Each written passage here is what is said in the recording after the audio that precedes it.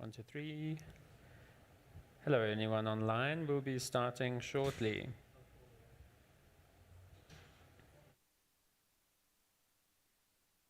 Hello, can you hear me? Hello, can you hear me? Hello, we can hear you. Oh, good. We are live on YouTube and we'll begin shortly. That's quite loud, the rain.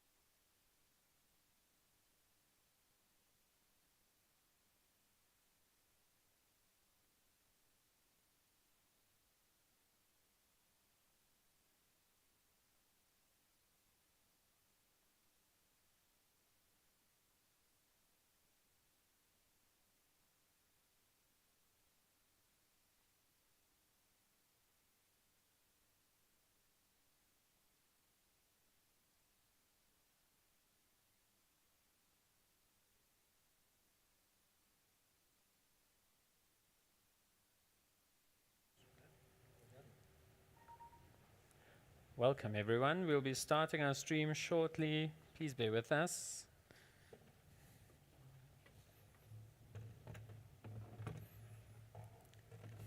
Can we go?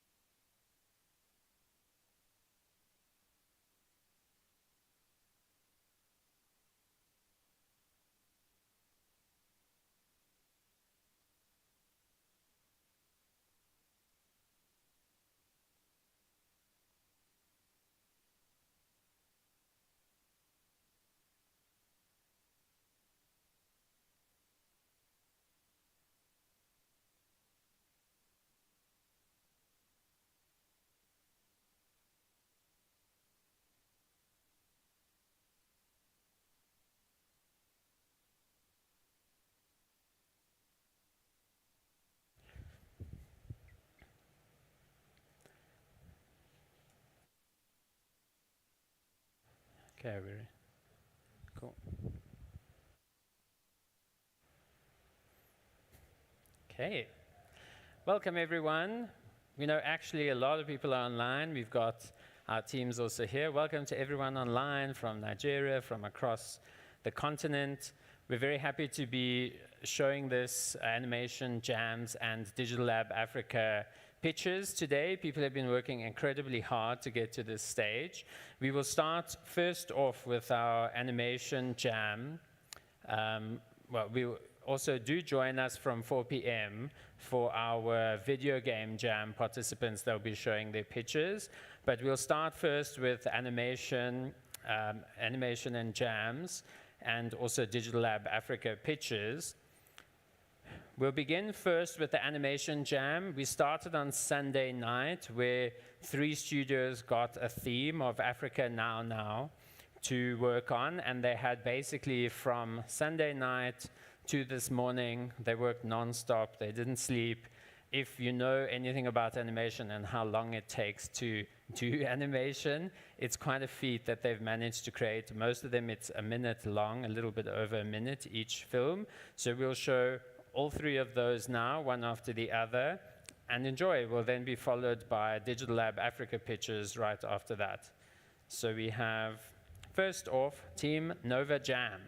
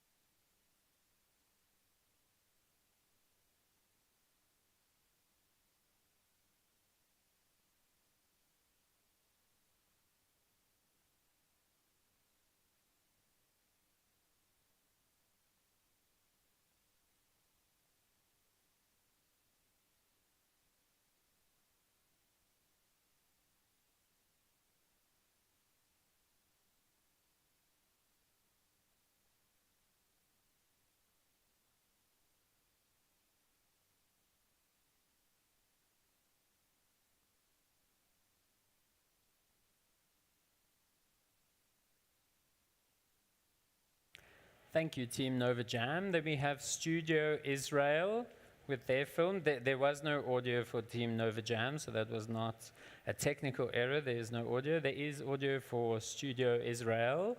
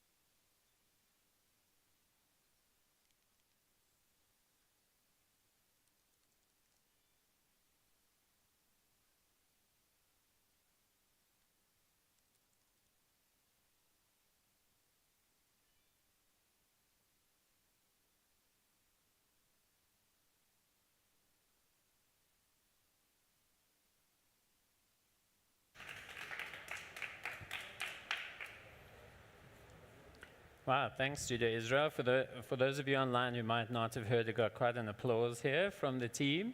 And then lastly, we have Studio Borland.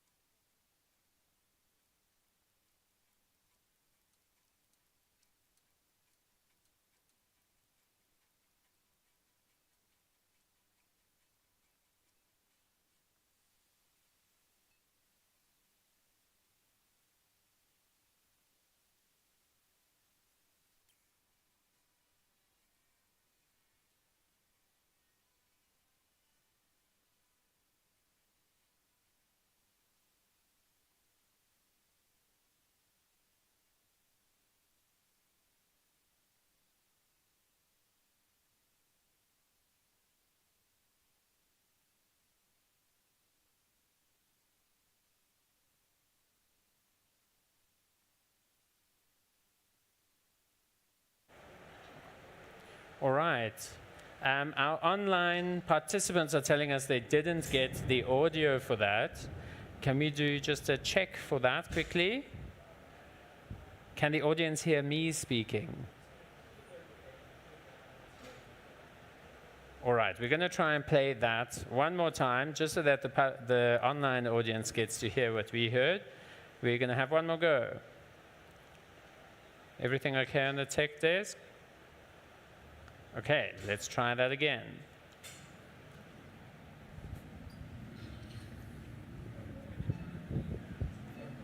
Just so that the online audience gets to hear what we heard. We're going to have one more go. Everything okay on the tech desk? No. Okay, let's try that again.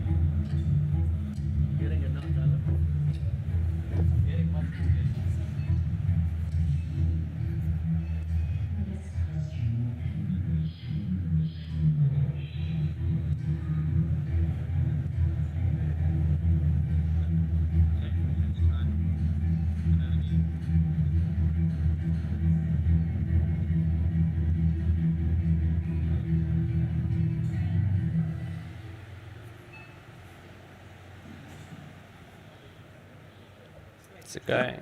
Oh, okay.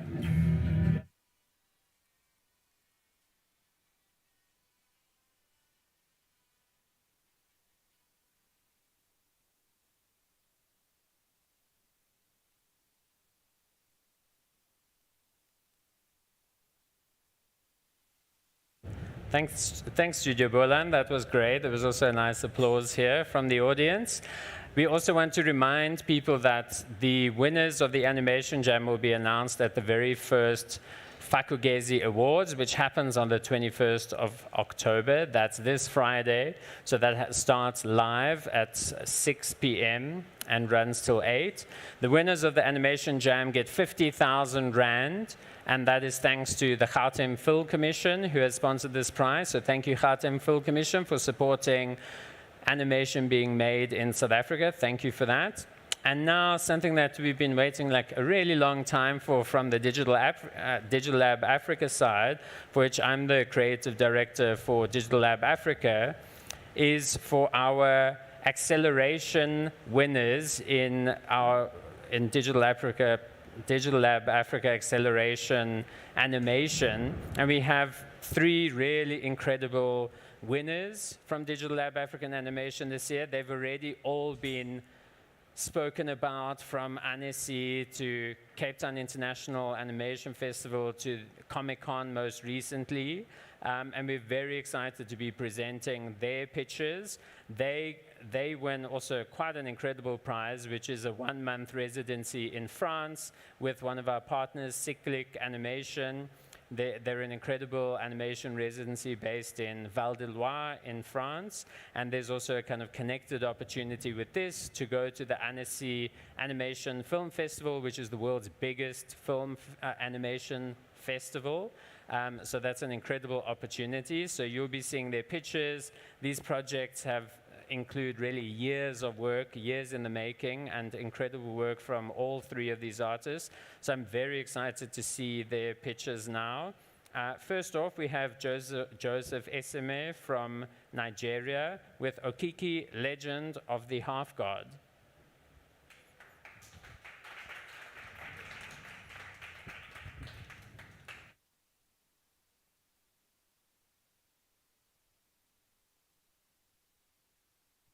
Hello, everyone. Can you hear me? Yes, we can hear you. We're just getting you on the screen.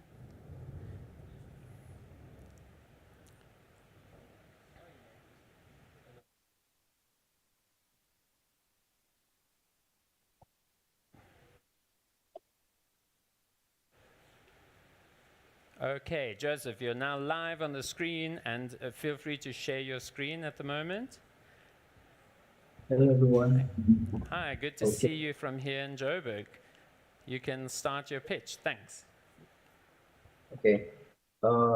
Give me a minute.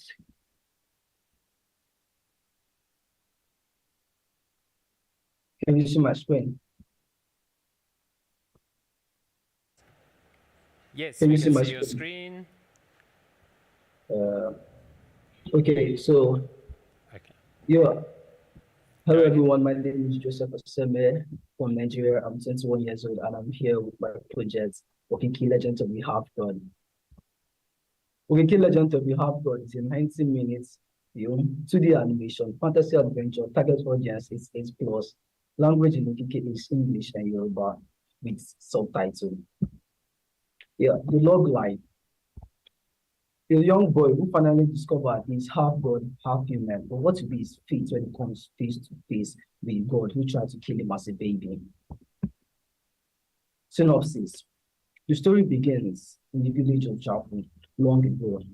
Japu was attacked by the Orishas, led by the god of thunder, Shango.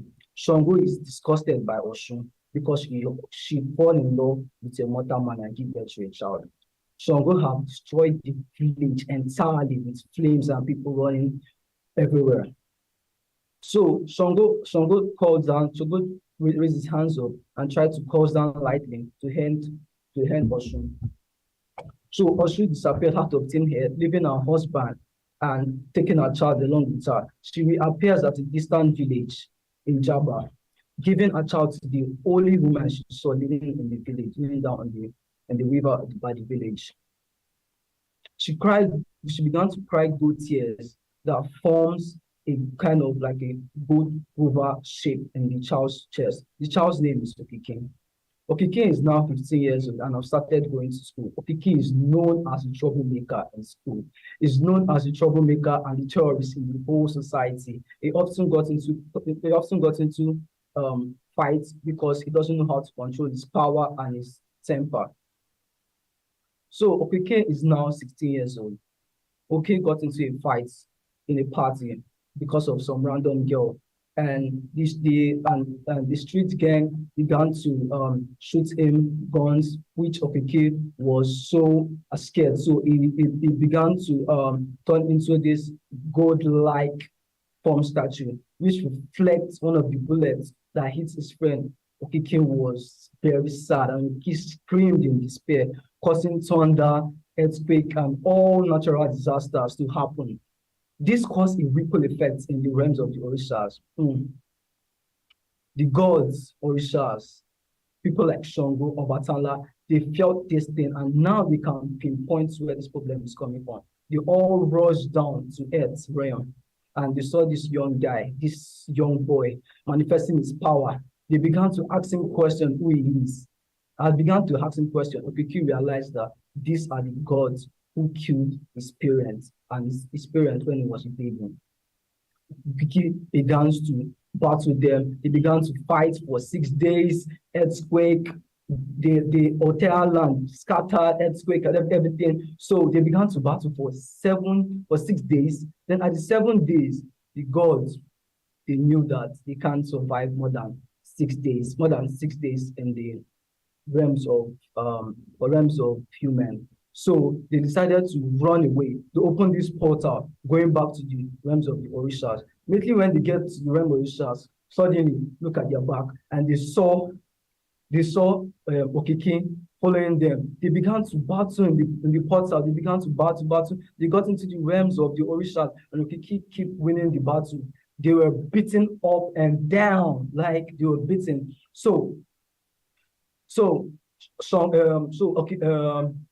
Songo knows that he can't win this battle because Okiki is as strong as him. He was very surprised because no human have gone into the realms of the Orisha for years. It have never happened before. So right now, Songo have no choice than to release Okiki's mother and make a deal to him that we are going to let you go with your mother, but you're going to release your power for us. You no longer have any power again.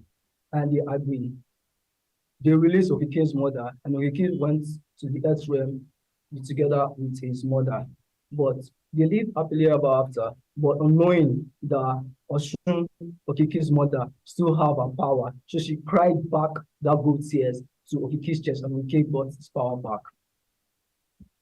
So, yeah, and this is our character. This is Okiki. Okiki is a 16 years old boy from the village of Yoruba land. Okiki's mother is Oshun. Okiki has a lot of power, but one of his major power is that the gold mark in his chest can flow through his body to form different kind of weapons for him to use in battle. This is Okiki's mother, Oshun. Oshun is the person who neglected Shango's love, and Oshun power is she controls water and fire.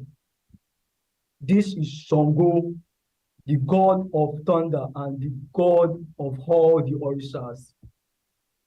Shango's power is lightning. He has this axe that he can call down lightning and end any person he wants. And he also breathes fire.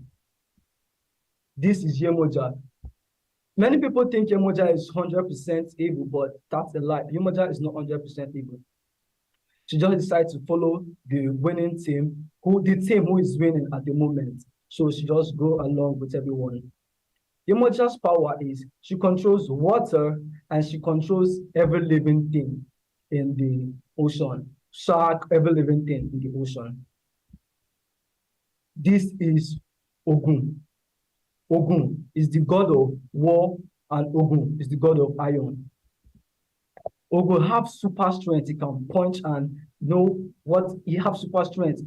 Ogun can also create weapons with. He can also create any weapons with his with metal. This is Obatala. Obatala is the wisest of them all. Obatala thinks he should be the leader of all the Orishas because of his fortune telling ability. He can tell the future and the past and what will happen next minute. Obatala has a lot, like is very wise, but he has his fortune telling abilities. And he also have a goal, he also have a max within his waist that he can use to call out creatures and ghosts to come and do his bidding when he's in battle.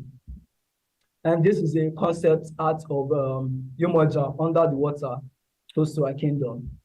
This is Songo using his power with range. I love this guy. This is Obatala. Obatala doing this thing with the magic and everything. This is the character lineup. So we have the major characters right here. Now we are going to the world of Okiki. That's your mind. I just want to blow your mind right now. Okay, this is the world of Okiki. We come up with the various concepts of how Okiki world to look like. So I'm just going to be sliding.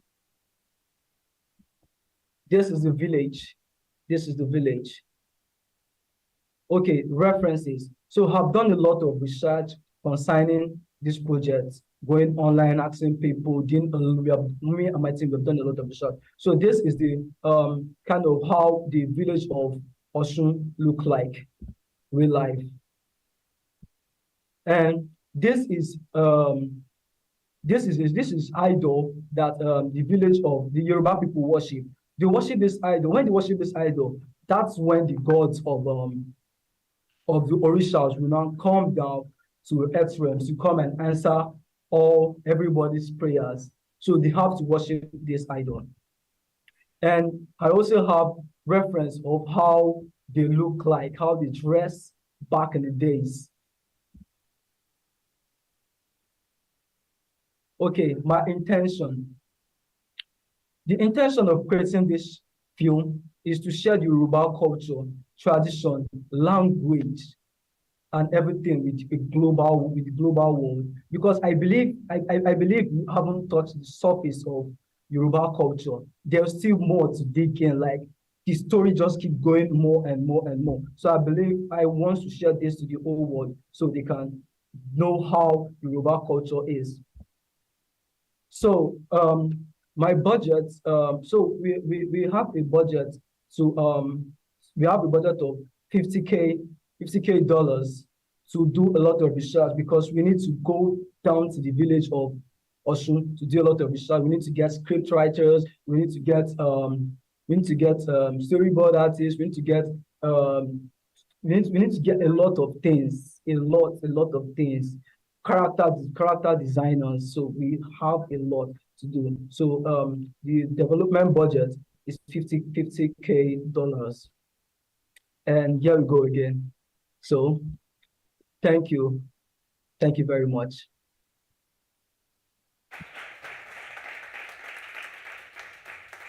So you can contact me. That's my email and my phone number.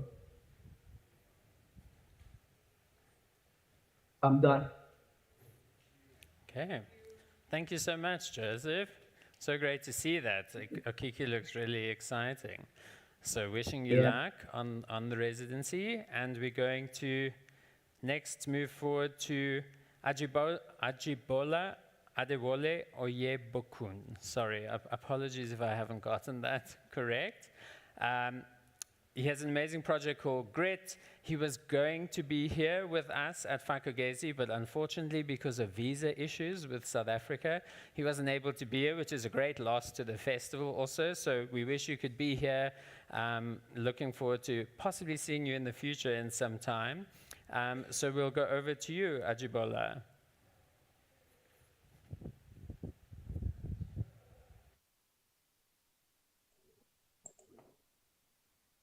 Hello, Ajibola.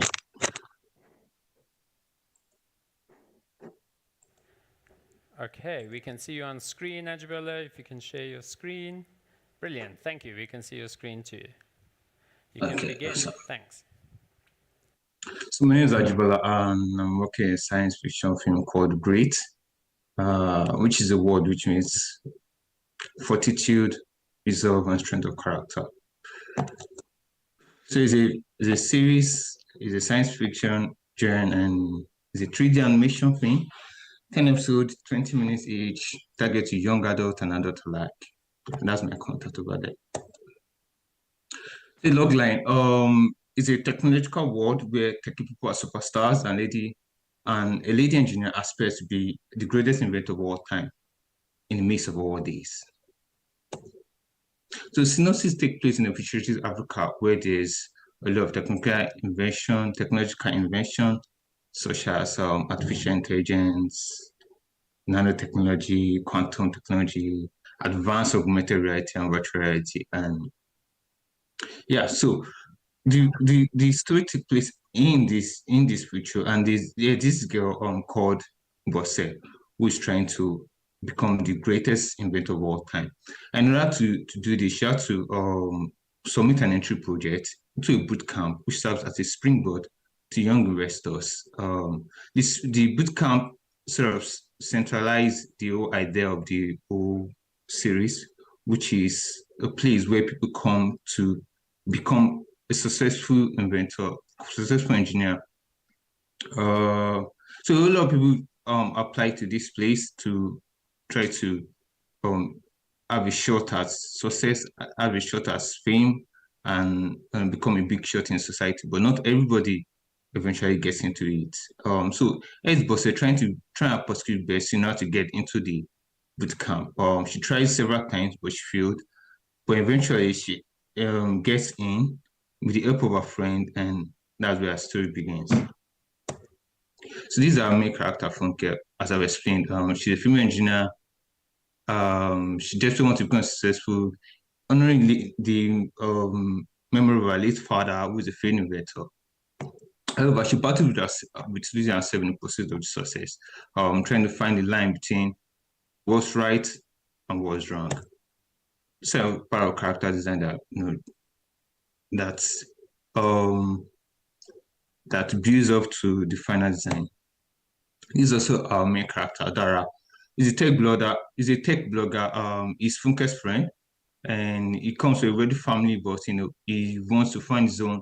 He wants to discover his part of self-discovery. He wants to find himself, how to abandon all that and then set out on his own path. So he's a tech enthusiast. He loves flashy things. He loves creating content. Doesn't really take responsibility of himself, but like living life on the fly. And this Okun is the main character. Is an ex-student of a boot camp, and his thirst for knowledge has led him. He doesn't really follow the normal rules of boot camp, which is legalistic kind of view. He wants a particular thing, and it goes to an extreme end in order to get what he wants, irrespective of whoever is affecting. The product character designs of him. And this is Ono. Ono is an ex-soldier. Okay, he's mute, he can't talk. He does drastic things, like he was interrogated one time and he cut his own tongue, not to betray whoever hired him. He works for Okun and is a loyal servant to Okun. These are part of the character designs. This Ikemba. Now, Ikemba is on the flip side of the boot camp. He runs a lawless science fair, which is unlike boot camp. His name is called Bushi Fair, which is the Yoruba word that means as you like. Okay, it takes Thomas Edison and Nikola Tesla as an example, and he argues that one is a true genius and the other one is a successful inventor. So he convinced people that he wants to enable them to become the next Thomas Edison, irrespective of the rules or whichever way you want to get there. And this is Dabere. Dabere is Ikeba's son, and he believes in his father's legal science fair, but unlike his father, he wants to take it to the mainstream. He wants to fight. He wants to compete with the academy. But his father always obstructs him because he knows what they are doing is illegal. They do a lot of illegal things, no IP rights and all, but he doesn't care. He just wants to go out at all cost. So he's always in conflict with his father. This Chidi is a very intelligent person whose wife died of cerebral palsy, and his son also has cerebral palsy, and he devotes his entire career and his life now to find a solution to that. He's a student of the boot camp, and he has his own character arc in the story.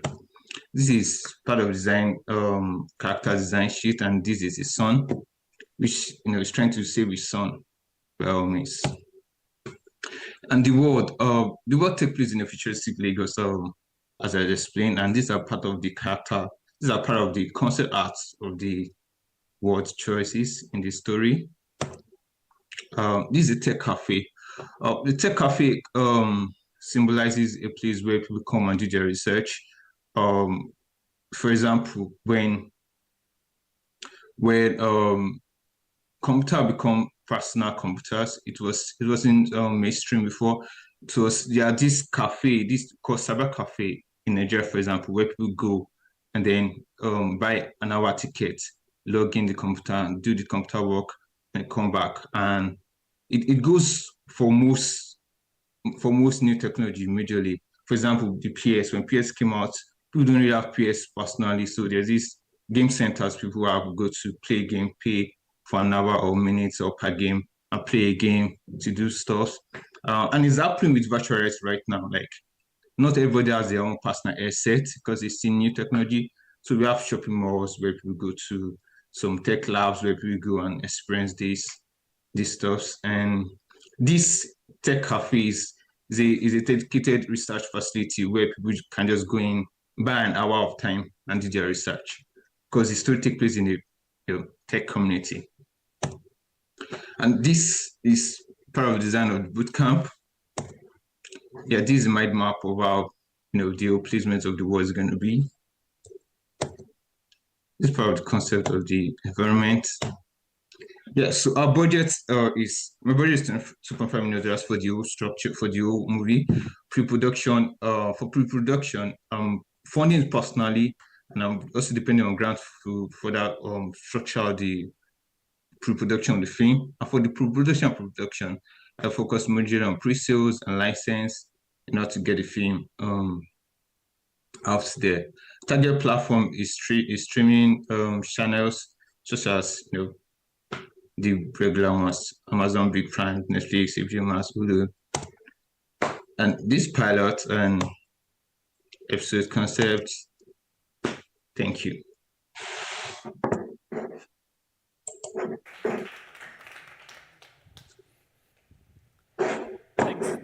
Thanks, Ajibola. Those are some seriously stylish characters and sets. Also, I'm very impressed. I want some of that clothes also. I think then last but not least, and we have Lola here in person, is Lola Aikins from South Africa and her work Naledi. I will give the stage away to Lola because luckily we have her in person. Oh, the chair. Okay. Okay. Okay. Thank you, everybody. So, hello, everybody. My name is Lola Aikins, and today I'm going to tell you about my story, Naledi, which is a story about sports, grief, and the resilience one needs in order to accept that grief and move on with their lives afterwards. In school, I was a prolific athlete, playing hockey and athletics being my two favorite sports. During one really important athletic event, I was running hurdles, and I was winning. Then I tripped over a hurdle, and I fell, and I lost the race. When I was 17, I got hit by a hockey ball, and that was an absolutely devastating injury and a complete blow to my athletic career. Then when I was 23, I lost my grandfather, and that was the first major loss of my life, and all these events led me to the story of Naledi. Naledi is a 2D animated short film with a duration of 10 minutes. It's a sports drama, and the target audience is girls, young women ages 16 to 24. The secondary target audience is anyone who loves sports and sports films, and the tertiary target audience is everyone else, as I believe this film can appeal to everyone, including young children as well. A grief-stricken athlete injures herself and has to find a way to get her life back on track. Naledi, one of the biggest athletes in the world, is about to compete in the women's 100-meter hurdles African Athletics Championships finals. But she's recently lost her father, Makhosi, and is grieving him. And when the race begins, Naledi is winning throughout. But as she jumps over the final hurdle, she trips and falls and injures herself and suffers a career-ending injury on her knee. Afterwards, she goes for an operation. And during the operation, she has a dream where she's back at the stadium and she has to come to terms with her father's death, and she begins to run after him. The world around her begins to collapse and turn upside down. And as she gets to him, she tries to hug him. And as she hugs him, he quickly disintegrates into dust. A few weeks after the surgery, Naledi goes to the school where her father was a school coach at to collect his things. Amongst his belongings is an old cap that has a star on it. And for those of you who don't know, Naledi means star. After seeing her father's cap, she's inspired to take on her dad's old job as a school coach and trains a young girl named Ndebele. This helps her remain close to her father and also helps her begin the process of healing and moving on from her grief, as well as finding value in herself as a person again. End of story. So this is my main character, Naledi. Usually she's very sure and confident of herself, but she's currently grieving her father, Makhosi, and she wants to remain close to him. And she's always done this through running. So what she needs to do is to be able to accept her grief, as well as find value in herself as a person again, since she can no longer run professionally, and also find another way to stay close to him. And she does this successfully when she takes on her dad's old job as a school coach and trains Ndebele. And Makhosi once was a prominent South African athlete, but when he retired from professional athletics, he became a school coach and trained Naledi at school level. And he was her absolute best friend. And Ndebele is the 15-year-old schoolgirl that Naledi trains in the end. Model sheets of Naledi, model sheets of her in the dream sequence. And the world of the story? So the story begins and is set at the African Athletics Championships being held in Johannesburg, South Africa, at Ubajani Stadium, which means the rhinoceros in Zulu. And the vibe of the stadium? Think the Soccer 2010 World Cup, with all the vuvuzelas howling throughout the stadium and adoring fans waiting to see their favorite athletes. And since this is a Pan-African event, I wanted to represent all the different African cultures. And African cultures and art are generally very colorful and vibrant, and I wanted to encapsulate this in the art direction for the film and have authentic African aesthetics. And also, the rhythm of the film would generally be fast-paced, so I wanted to have African percussion for the music, and this will dramatize things as well. Another interior of the stadium. And the dream sequence, this is in contrast to the stadium in the beginning, where for the dream world, I wanted it to look and feel like an infected wound. So I have muted colors, and this is in contrast to the blood red sky that represents the physical injury of her knee, as well as the emotional injury of her grief. And also, the stadium is completely abandoned, which also represents the fact that she feels totally abandoned after having lost her father. And this is the athlete lineup. So for the character designs for the athletes, I wanted the athletes to have really long legs to emphasize the fact that they're runners. And also another reason why I decided to make this film is because of the lack of representation of African people in sports films. African people have been dominating athletics throughout history, yet our stories are rarely told in animation, and I want young girls who are in school that are sportswomen or have any interest in being sports to see themselves represented by characters that look like them and be inspired. And also to have this film be made in Africa by Africans as well. And why animation? I believe animation is the perfect format for this film because with animation, you can take such complex subjects such as grief and illustrate your concepts in really abstract ways, but still have your point come across super clearly. In the case of Naledi, emotionally she's grieving. That grief manifests physically when she injures herself, and she then has to deal with that grief psychologically in the dream sequence, because the world is literally turning upside down and falling apart, and that's how she feels in real life after having lost her father. And I believe animation encapsulates all of this also well. But not everything is doom and gloom. There's hope in this story. The concepts of life, death, and grief are universal. And sometimes in life things don't go as we plan, but sometimes the path that we end up on is actually better for us and healthier for us than the plan we previously envisioned for ourselves. In the case of Naledi, when she takes on her dad's old job as a school coach, this helps her begin the process of healing and moving on from her father's death, as well as finding value in herself as a person again. And this also helps her remain close to him as well.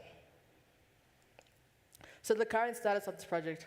Currently, the project is in advanced development with the art direction having been established. and I am currently rewriting the script. I got script development funding from the Gauteng Film Commission. I got development funding from the National Arts Council to make a pitch Bible, and I got production funding from the National Film and Video Foundation to make a teaser trailer, which was made by the Hidden Hand Studios here in Johannesburg, and also with production being made at Tshomo Precinct as well. And the plan is to go into production in late 2023. And I'm currently looking for specifically production funding for the entire film, and also pre-production funding to finish the pre-production for the film. And I'm looking for co-producers, broadcasters, and pre-sale agreements and licensing agreements. And the budget for the film is about 3.5 million rand. And this is a rough financial plan that I have. I plan to get funds from the ETI in South Africa, NFVF and GFC, and the CNC in France as well as some gap financing. And speaking of co-productions, I'm happy to announce myself and the Hidden Hand Studios, we plan to go into co-production with Avec Sans Vous, which is a French production company. And we also plan next year to apply to the CNC for France in France, since South Africa and France have a co-production treaty that was recently updated to include short films. And also, Munya Rum, the Munya Rum company, is interested in being a distributor.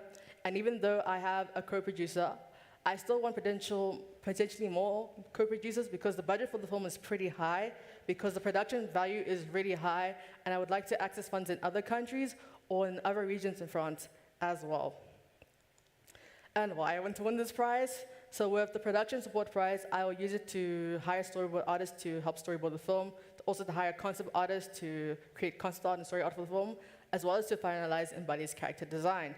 And in residency, I want to work on the pre-production so that we could be ready for production in late 2023. I will work on the environments that haven't been designed, such as the school, because visually, that remains the least developed part of the film. And I am an environment designer as well. And also I want to work on the storyboard for my film, since I am the director as well. And also I would like to work on concept art and story art for the film as well.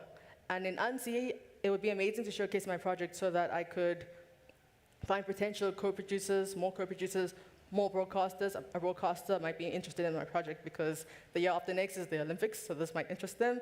And also to find pre-sale agents as well.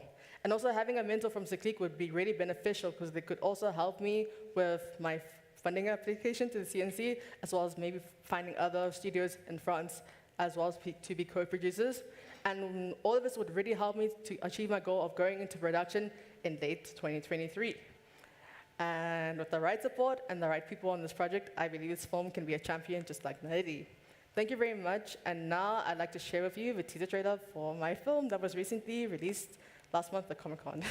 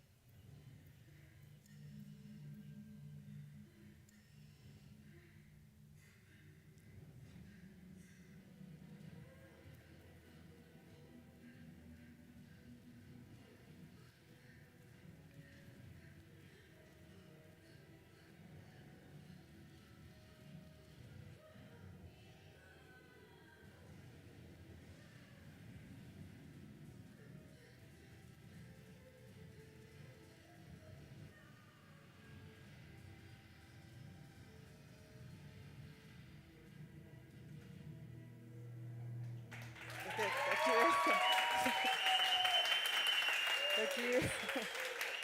Thank you. Thank you, everybody. Thank you so much. Okay. Thank you.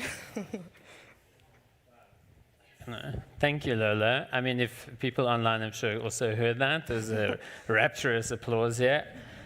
That's incredible. Thank you. I think it's also so important in terms of representation, both for the countries of Africa and for women in sports.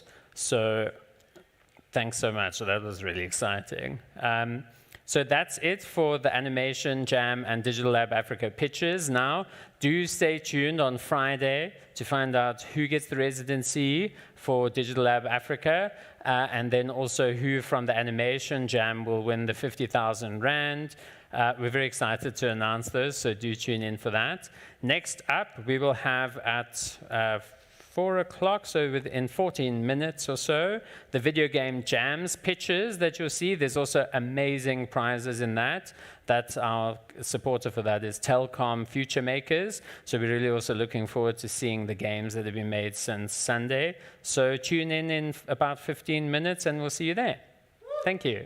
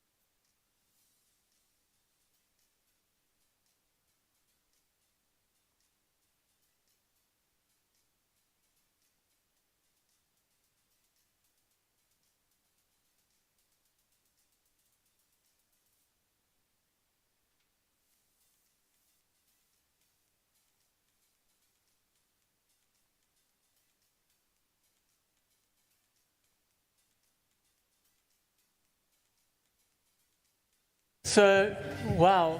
Very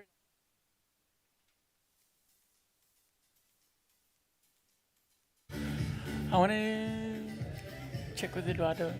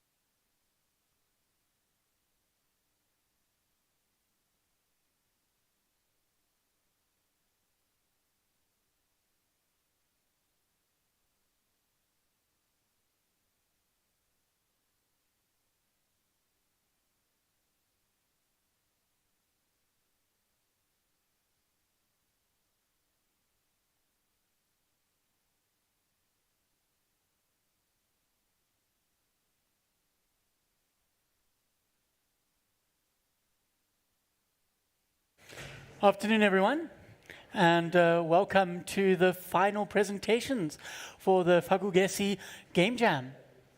I'm sure all of you are extremely excited to be here today.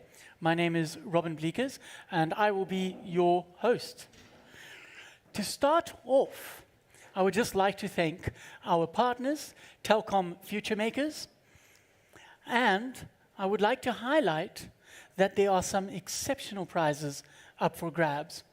Once again, to reiterate, the first place gets 100,000 Rand, the second place gets 80,000, and the third gets 70,000 Rand.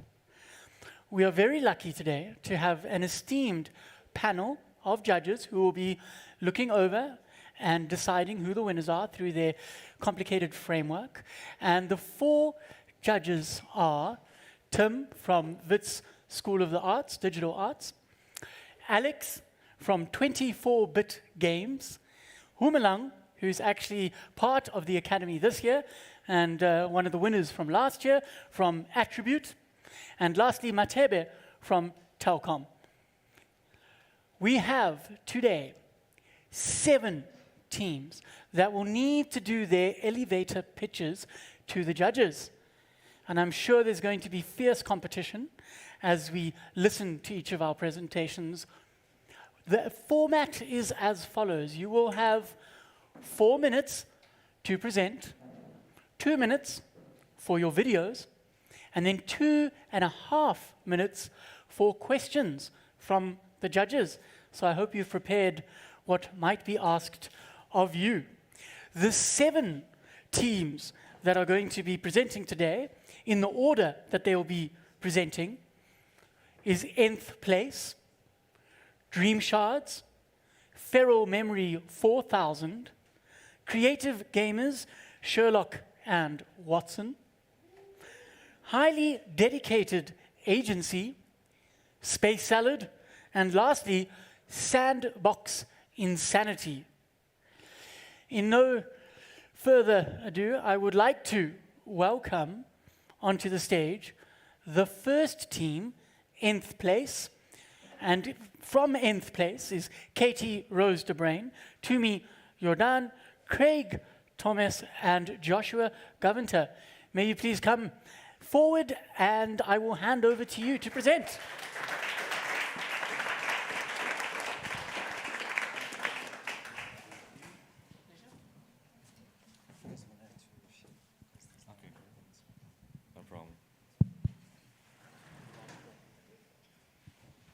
Good evening, everyone. Hope everyone's doing well. So as our host mentioned, we are Nth Place. We are a group of 3rd years currently studying game design at Wits Digital Art.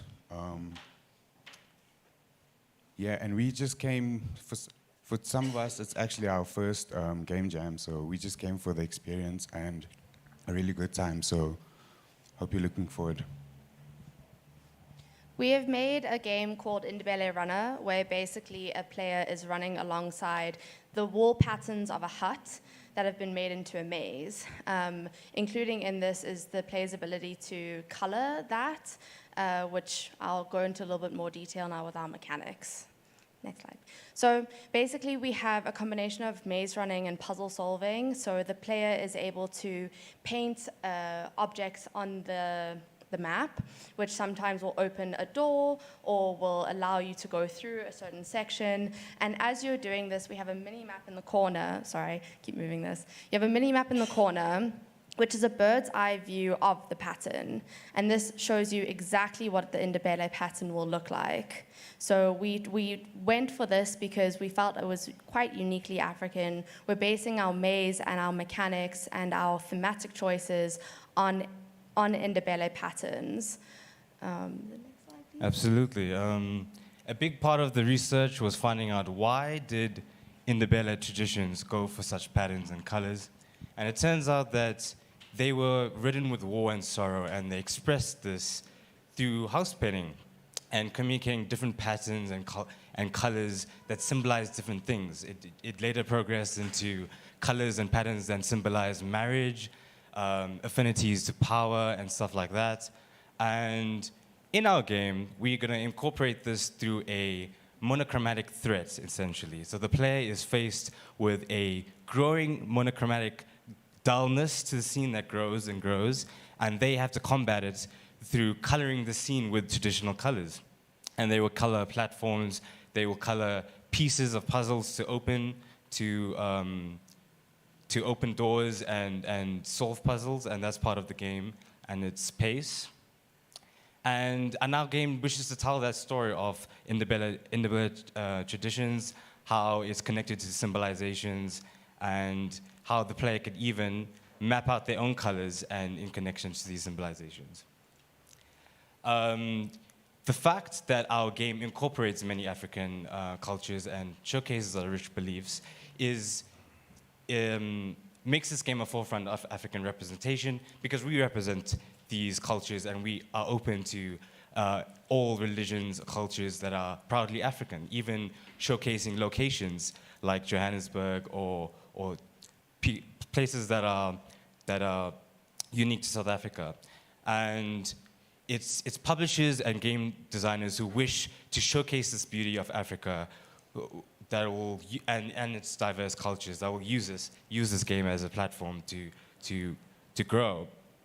And yeah, and it's a cool aspect that players will engage with the game and engage with the cultures. Yeah, essentially. Sorry. One more note, sorry. The potential of scalability with regards to the game. The coding was fundamentally made with this in mind. So, for instance, the mechanic of coloring can easily be scaled with more colors incorporating more and different cultures around Africa.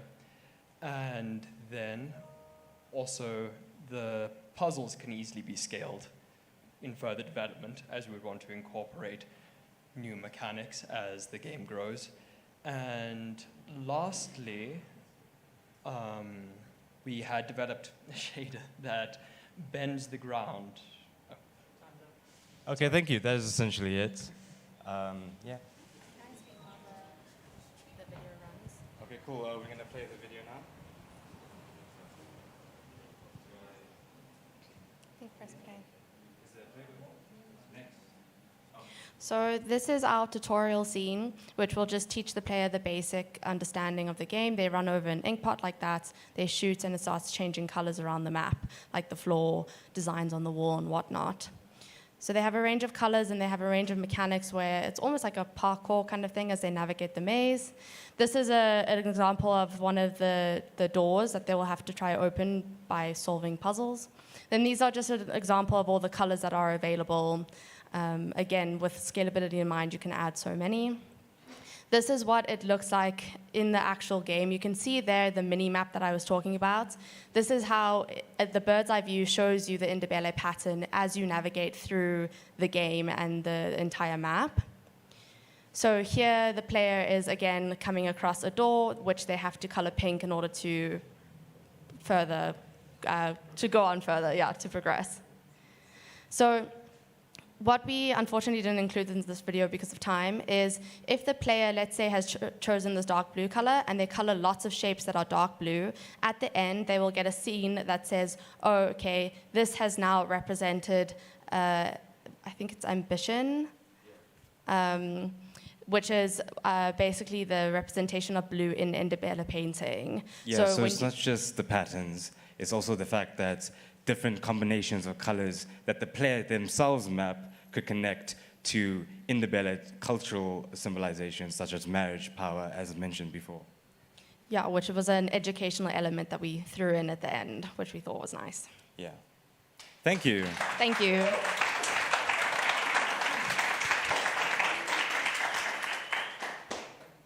Are there any questions from the judges? So in terms of replayability, what have you guys done to sort of accommodate that? Like if I die, what should be my motivation to come back and play again? So basically, when the player dies, they respawn at a checkpoint. And at each checkpoint are different colors of ink pots. So unless you're in front of a gate and you need to solve a problem, then sure, you need to use your own ink pot. You need to use the directed ink pot. But the choice and the agency is what gets them to play again. So they are basically coloring a map.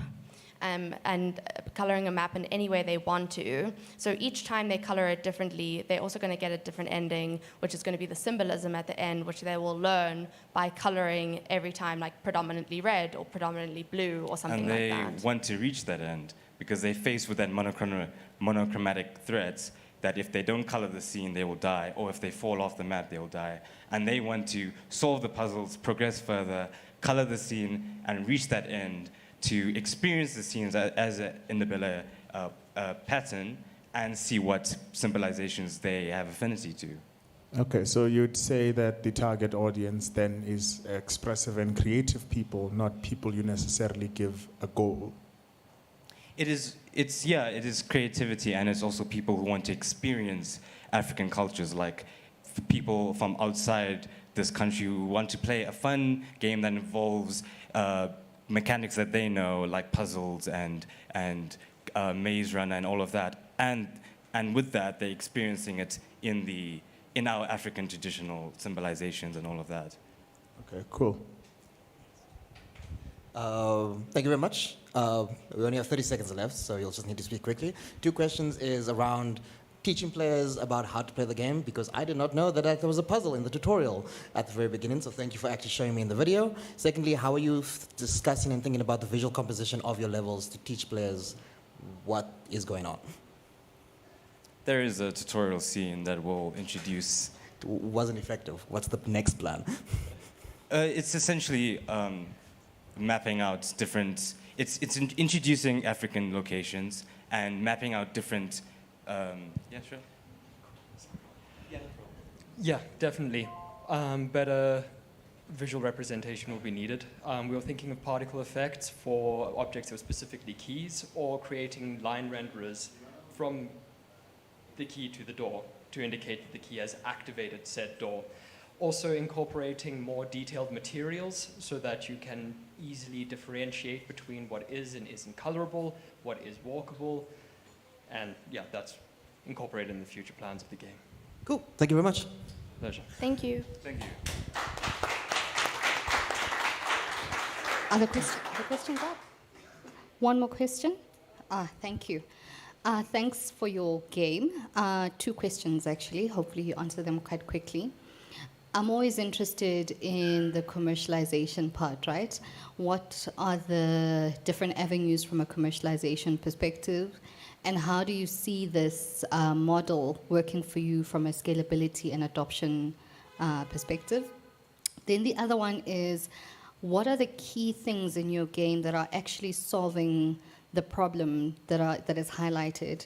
So I get that it's Ndebele culture, but it is not, are there areas where you get to learn about the Ndebeles, and how does that storyline progress, essentially? Thank you.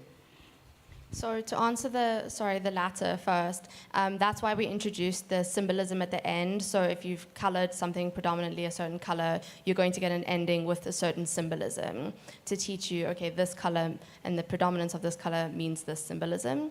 That's in order to just try to teach the global player market that these are the traditions of like one religion and cultural and traditional aspect that we have coming from Africa, being Ndebele. In terms of commercializing it,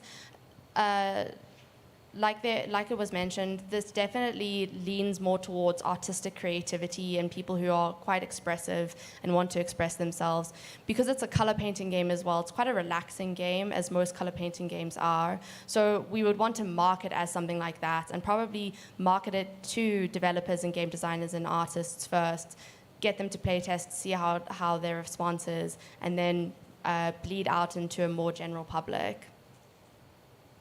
Yeah, absolutely. Okay, thank you. Thank you.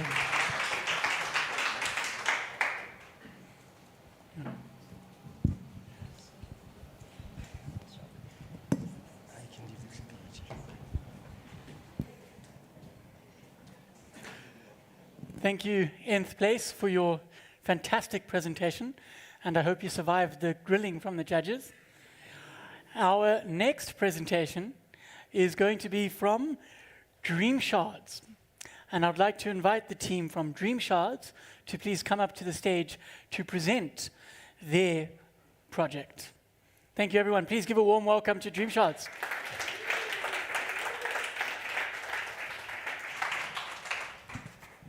Oh, hi there. Apologies, but the rest of my team isn't here, but that should be enough. So I'm Alex. I'm the creative director and, for this project, lead developer. So basic rundown, our project is called Tshomo. Tshomo in Sotho is myth. Basically, the project follows a young girl named Tshomo, who is a dream walker. So basically, Tshomo was born from a family of very powerful traditional healers. So she was born from a family of very powerful traditional healers and learned the skill of dream walking at a very young age. Unfortunately, as a child, she abused it and landed up in a path that's not supposed to be, explored, the dark parts of our dreams. As such, she was then marked by a creature which then followed her back to the waking world and kidnapped her parents, taking them away. The story and the game that we'll be developing essentially follows Tshomo as she then goes back into this realm in order to save her parents from the various monsters.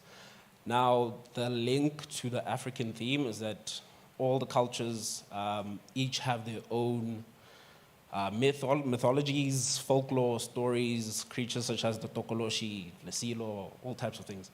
Those will be explored through the many different levels we'll have. So essentially the game will be a 2D action adventure brawler, which basically will have you taking control of Tshomo. She'll, over the course of the journey, grow, get stronger, learn more things, and face a lot of challenges as she goes.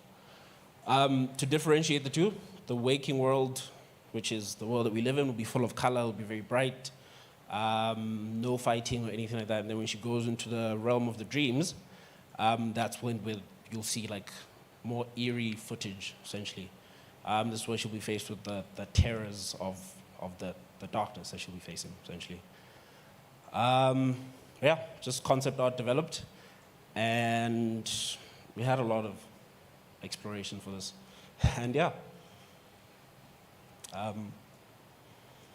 so we had the game being 2D, we had a lot of sprites that we developed and a lot of creatures. This would be an example of the tokoloshi, which would be like a basic grunt. So it would be the first thing that she needs to face in order to progress her journey.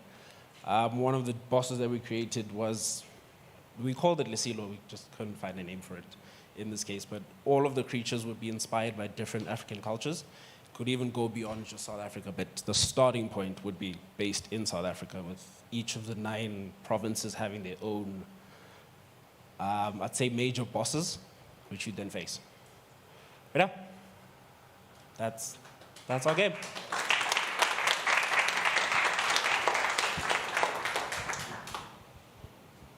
Oh, sorry. The video. So the video is just a basic rundown of the game. How do I play this? Sorry, next.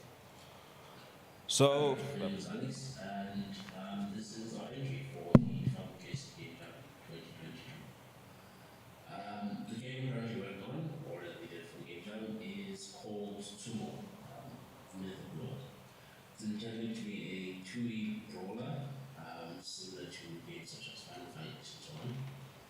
The story will follow a girl called Tshomo who was born to a family of traditional healers and had learned the power or ability to dream walk at a very young age. Not having been taught how to properly use it, she eventually ended up in the dark side of the dream world, which is then marked by a being with malicious intent.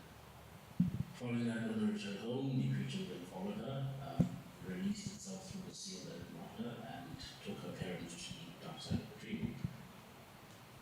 The story will follow the events that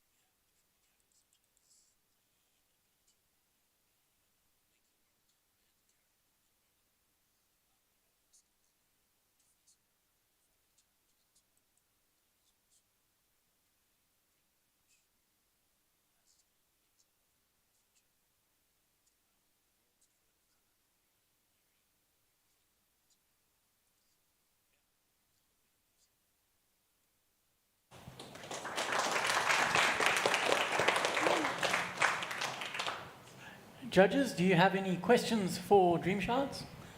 Umela? Matebe? Thank you. Thanks for your presentation. A couple of questions, right? So the first one is, when we think about the problem statement and we think about utility, so the usefulness that we get out of this game, can you just maybe take us through what that utility is? And utility in the sense of, and this is for everyone, I suppose, utility in the sense of games like, for example, Duolingo, Duolingo. So yes, it's African representation, but what is the key problem it's solving? I think if you could just help me understand that.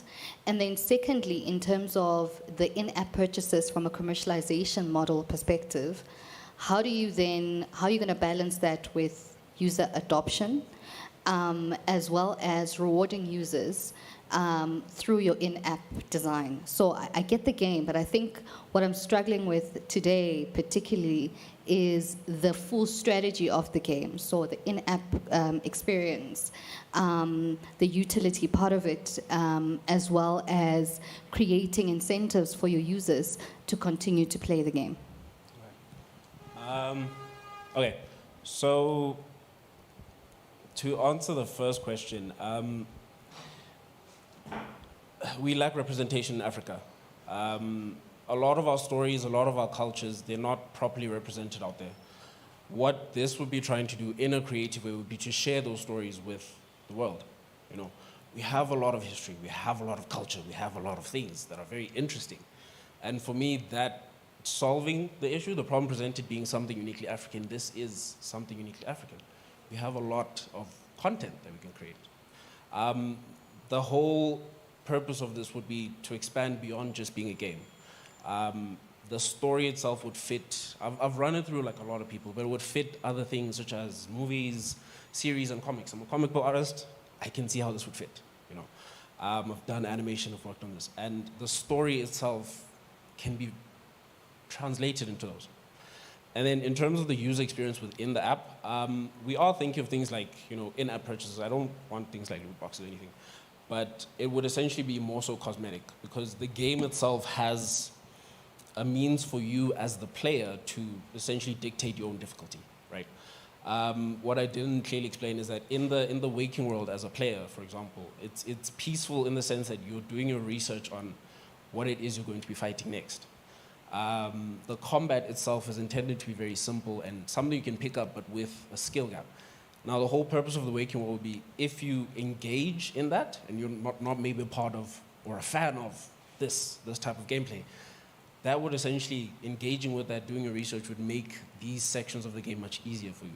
If not, and you're more of a person that likes the challenge, don't. And you still enjoy this. It's much harder because now you have to figure out things yourself. I hope that answered it. So I'm just going to ask a question and then follow that up. Do you at least have an idea of which country someone who'd play your game is found in? The country? Yeah. So the appeal would be global. Of course, I'd be aiming for South Africa, but I'd want to also aim for, you know, overseas, specifically America, in the sense of how the story be told, the hero's journey that we're going to be telling, essentially.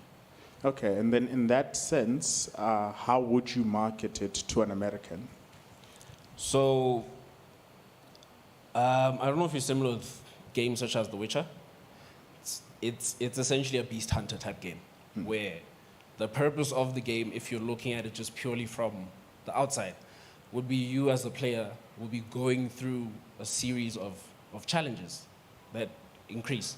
So marketing it would be as games similar to, I don't want to say Hollow Knight, but games like that, where there is a challenge to it, but the appeal would be made for a global market while emphasizing our cores, cultures, beliefs, and so on. Okay, so you're going to try to convince people to buy the game before they even play it. So it's not free to play, you buy it and then Yes. you play.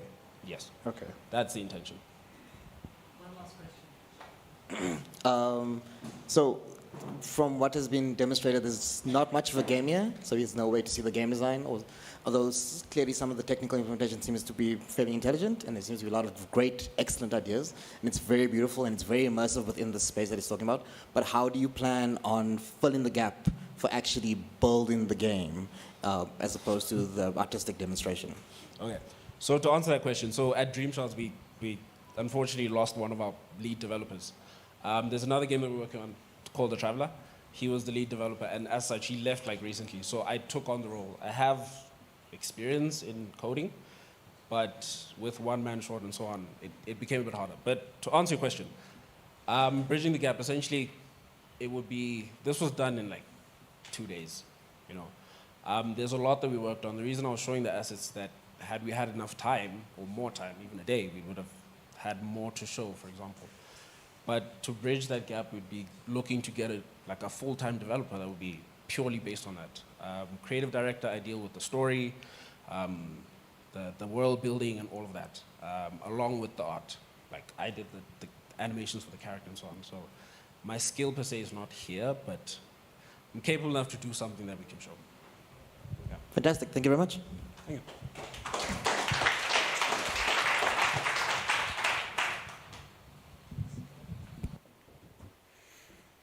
Thank you, Alex, for your presentation. And can I get another round of applause for Shards?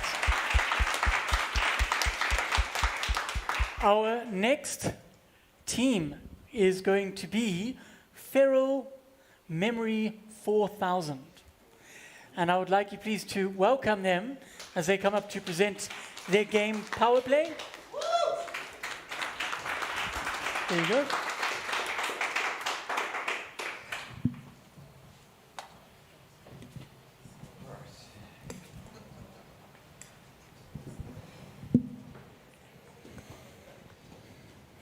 Okay, hi everyone.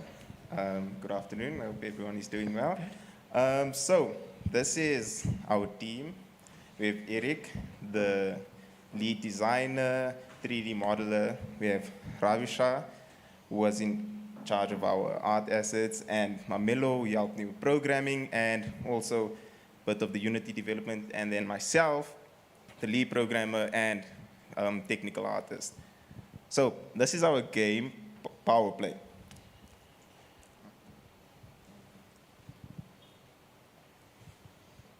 Who's doing the overview? Or I'll do it, my bad. So our game, like just simply put, is a 3D platformer, and it's just about jumping through the rooftops of Johannesburg. And it's meant to be a satirical game on the themes of load shedding. And our target audience is generally children ranging from 5 and up, but the game encapsulates a lot of South African references. Well, not a lot, there's like 7, because it's a game jam, but yeah. So about our game, Power Play, why we decided to do load shedding is because we wanted to focus on a theme and an aesthetic that we found was uniquely South African. And since we are a mixed South African group, we wanted to relay our theme with something that we could all relate to. And actually on Sunday, when Eric told us what the theme was, I immediately got load shedding, and I was like, guys, we have to. It's just a sign, we just have to. So load shedding is something we felt was uniquely South African, and we are aware that there are other countries in the world that have similar struggles, but our electricity provider gives us, South Africans, something very unique within its narrative and humor in regards to the situation, and it's just something only South Africans can relate to and understand. And we just wanted a game that would connect with South Africans. So in terms of South African representation, we wanted it to be an experience of load shedding, and we based it in the city of Johannesburg. And we have billboards reflecting popular South African snacks like knickknacks and Omar rusks and stuff, and relation to Eskom, of course. And our game, like I said, is meant to be complete satire. Power Play is meant to be lighthearted.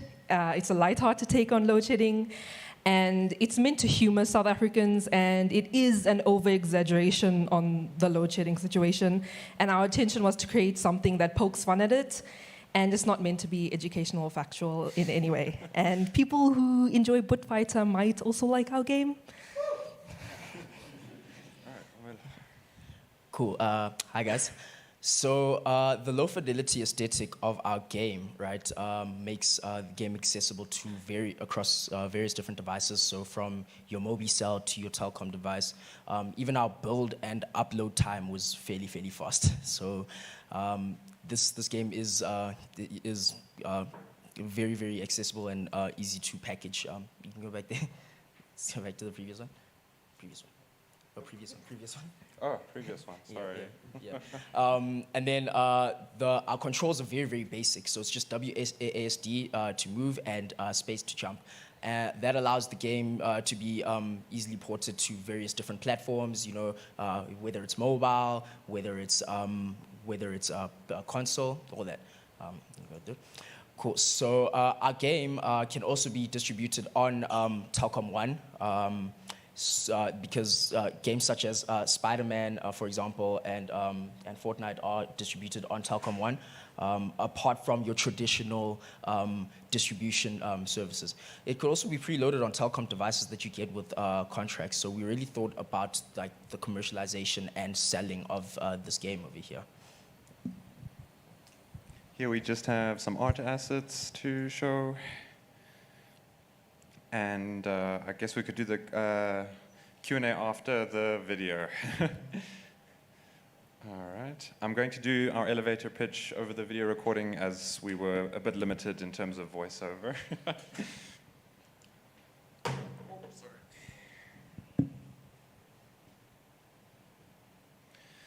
All right, so load shedding is something that instantly triggers a response from any South African, and Power Play turns the relatable experience of navigating in the dark into an engaging 3D platformer.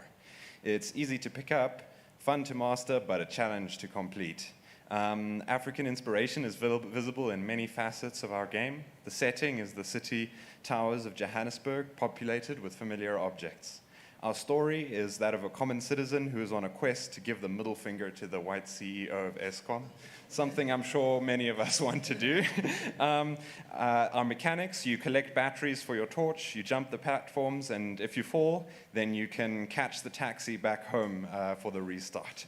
The gameplay experience offers the player increasing tension, as the closer to the end, the higher the stakes become, because if you fall, it's right back to the start.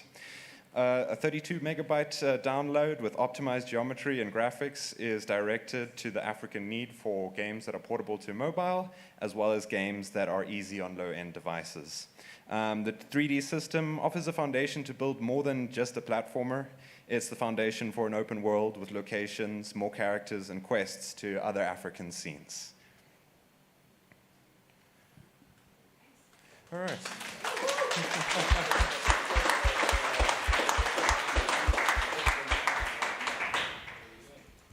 I'm going to go first. Yeah. So quick question. If you had to be incubated for a year, how does this game go forward and evolve? So obviously the first thing that we need to do is create some kind of tutorialization for the game, make it easier to pick up. That would be our priority.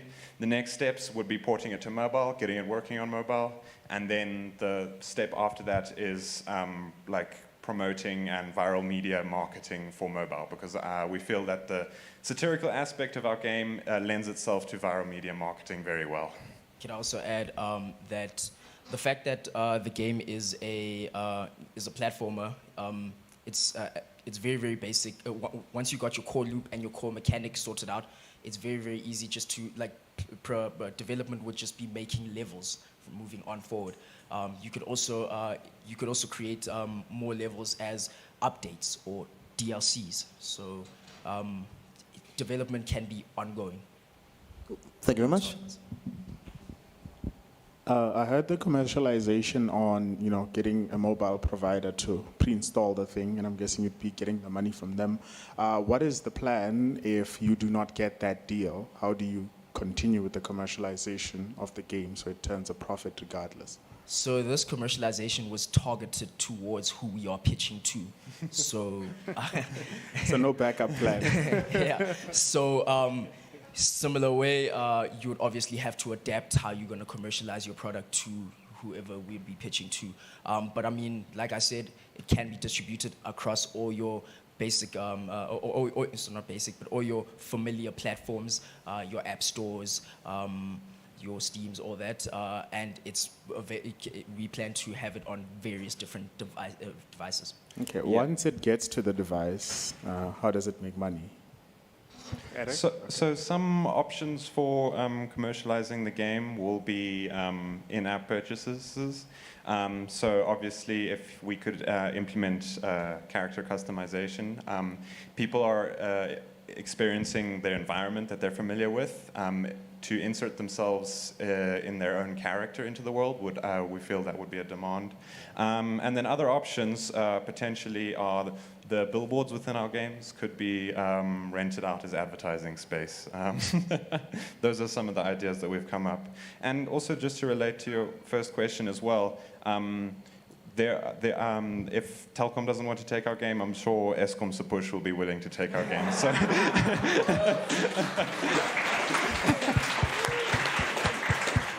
Nice, nice. On that note, I didn't see the Telkom tower in the game. that costs. Hold on. No. You said the game is different sites within Joburg. The Telkom tower is one of them. The Telkom tower actually is in the game. So at the start, the intro billboard, great. the skyline, it has the iconic Telkom tower. Yeah. Okay, I didn't see it.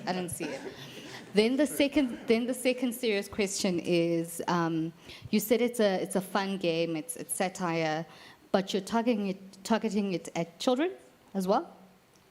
Because I just want to get that right, that you get the right target. So, like we said, even the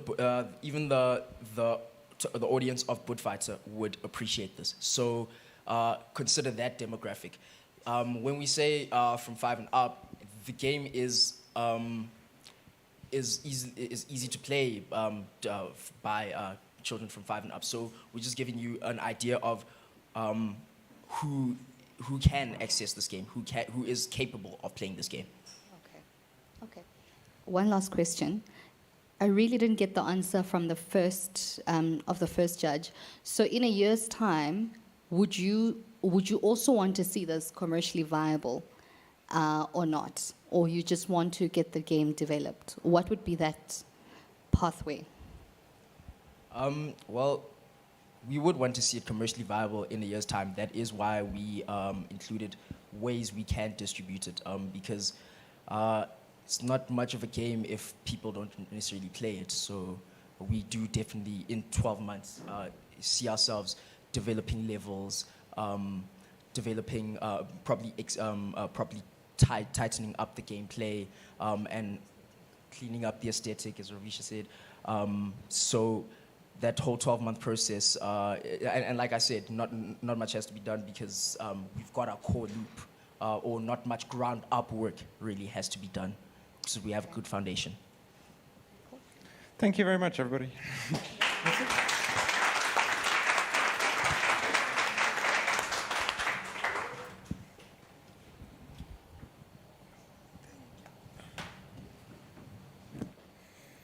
Thank you, Feral Memory 4000.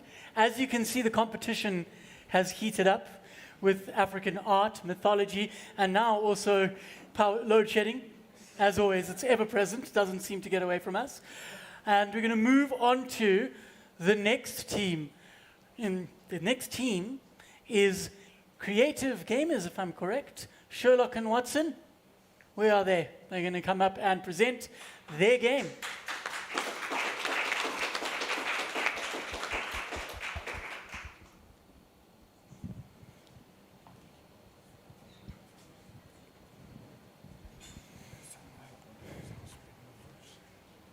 Okay, so hello everyone, people from Telkom, the judges, team. Hi. Just get the thingy.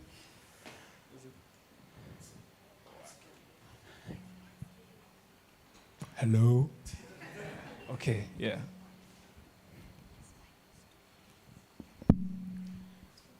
So,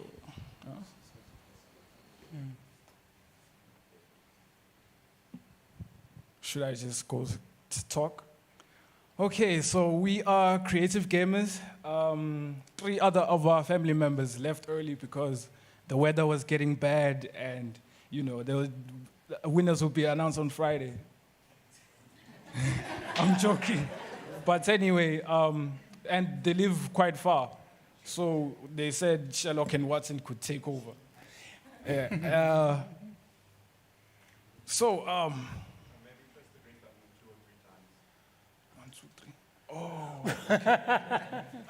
Okay. So when we tried registering for, I know you see headshot there. When we tried registering for IC what, they couldn't take us because it was apparently Creative Gamers was already taken. So professionally, we're known as headshots. And our mission, when we heard the theme of the whole game jam, we knew it was what we started game design for, because each of us could remember back when we were kids and we were playing games, we always wanted to see ourselves in the games and represented well in the games. So we just flat out wanted to make a game about us. That's the team, by the way. I'm sure you'll find the roles in the credits of the game. So I'll just quickly, there was an elevator here thing going. Okay, I'll quickly move on. Oh, there you are. Okay, so the game basically is a platformer, and the main character starts in a land that is withering away. So things are going bad. There's fire. The main character is moving up a mountain, up a slope, and there's boulders crashing onto him until he reaches a peak where he almost seems to find peace, and he looks to the stars. And then he realizes that he can climb on the stars, and that's where a wisdom is born. And that wisdom is connected to a tribe in Mali. That's what we were going for. And we decided from there that will be the story, that will be the name of the game. So the first part of the game shows a grandfather and the granddaughter talking, having a conversation around a fire. So obviously this is represented by, it's a representation of the fact that the young generation don't really know much about Africa because there's not much to, it's not commercial, it's not out there, and there's not much to see. You can't just go to YouTube and see the history of Africa compared to other places. So the grandfather is the one who installs the wisdom to the daughter and actually tells her that, well, she comes to the grandpa and she says, oh no, I was learning about these other countries, these other continents, and the only thing I learned about Africa was Egypt, which was pretty cool. And then the grandfather explains to her that no, there are many great things that are happening in our continent as well. And there's many tribes and many civilizations that actually date back a long time. So they're actually, they're actually they're from Mali. So the grandfather and the daughter are from Mali. So that's where the story starts from. So like I explained before, how our game would connect to the theme of something uniquely African. That's just basically us running with the whole African theme. Anyway, next one. Okay, so the Dogon are a small tribe in Mali that was present in 3200 BC. So they were well known for their connection, their natural connection to the stars. So there was no way for them to indicate that, they never had compasses or anything like that. So they would point up and they would look to the star and they'd know that that's a specific constellation and they would use the stars to lead them. So during the dead of night or anything like that, to use the stars as a form of, what's the word? I'm sorry. Compass, yes, navigation, yes, thank you. Yeah. So their knowledge of astronomy is actually very interesting because they found the star system way before way before they were actually documented, which was in the 1800s. So they were pretty much very much ahead of their time. Okay, so I know Telkom people would like to talk about marketization and all of that, so we got you covered. Originally we had planned on moving with the story forward, offering more and more stories of like African people, projecting them in this way, like the ancient wisdom and like the rise and fall of African kingdoms. And we also plan on producing different game modes that could better express maybe how a certain tribe was aligned. Next, sir. So yes, this part here was supposed to be explained by the programmer, but he's not here, so the next two just explain. I do not know what he did not explain to me. He did not. Go, dog. Okay, the current game that we have right now is 2D, obviously 2D side scroller. But the future projects that could come from like a DLC perspective.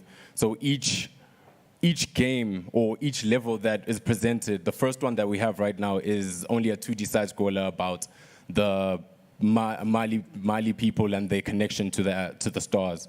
So another story would be a branch off of maybe the Egyptians, and that would be a different game mode of some sorts. Yeah. Oh, sorry. I'm so sorry. Okay, just skip to the end right there. Okay. So thank you again for the opportunity. Telkom, thank you, Fakugesi, thank you, Tshomo for the food, the coffee, everything. It was interesting. Thank you. Yeah, we'll take questions now. Do you have your video by any chance? Oh. So we do not have a video, but we do have the game though. So I don't know if we don't have a video. We're sorry about that. Okay. We'll be taking questions.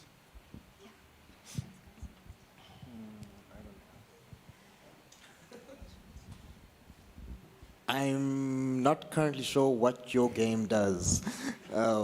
So what do I do in the game? What am I trying to achieve? When I ran it, I got a blue screen once I clicked on Mali. I've asked my peers and colleagues here to run it for me so I could see what it's doing, but if all I've seen so far is a character walking across the screen, what happens in your game?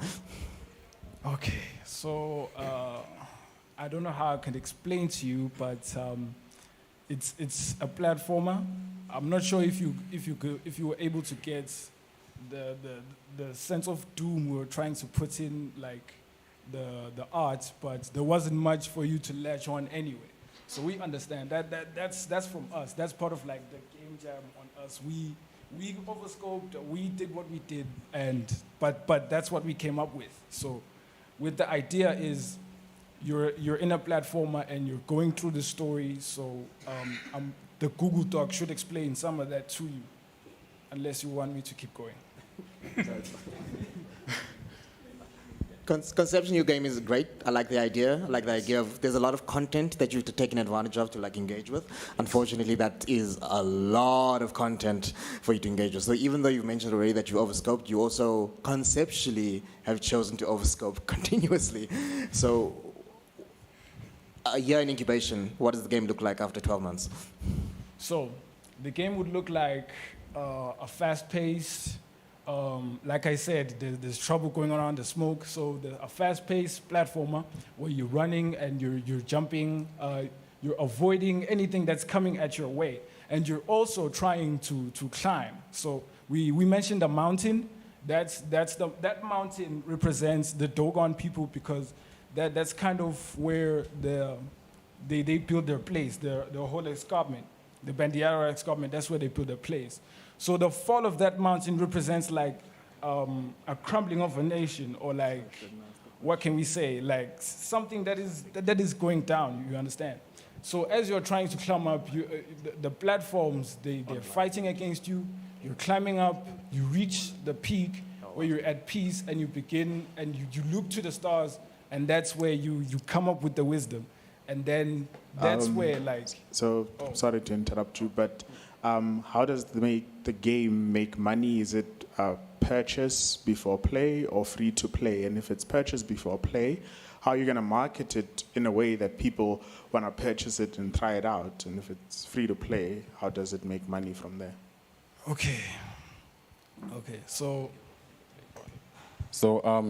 the first part of the game, the first level, which is the Mali situation, the Mali game, which is the 2D side scroller, that would be the free to play part. And there is a part of the game that is a hub, where it's like a constellation where you can see the different see the different tribes throughout Africa, and those parts are the different stories that are the not free to play parts. So the parts that you would that would be DLC.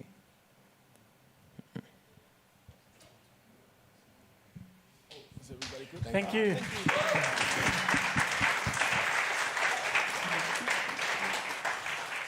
Thank you, Sherlock and Watson. As you can see, we've had a very interesting set of presentations so far, and I'm excited to hear the rest of them. The judges are going to have a very difficult time deciding who they think are the winners. The next team that's going to be coming up are an extremely committed bunch. They are the highly dedicated agency, and I would like to ask all of you to welcome them as they come to the stage to present their game.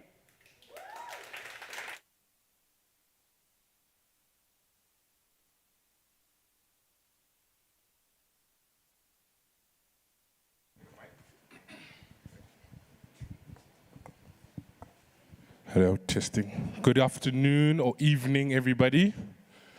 Hello, am I alone in here? Come on, guys, come on, guys.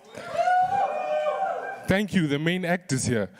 As I was saying, I'd like to introduce myself. My name is Joel Beloy, and I'm the founder and creative director of Highly Dedicated Agency.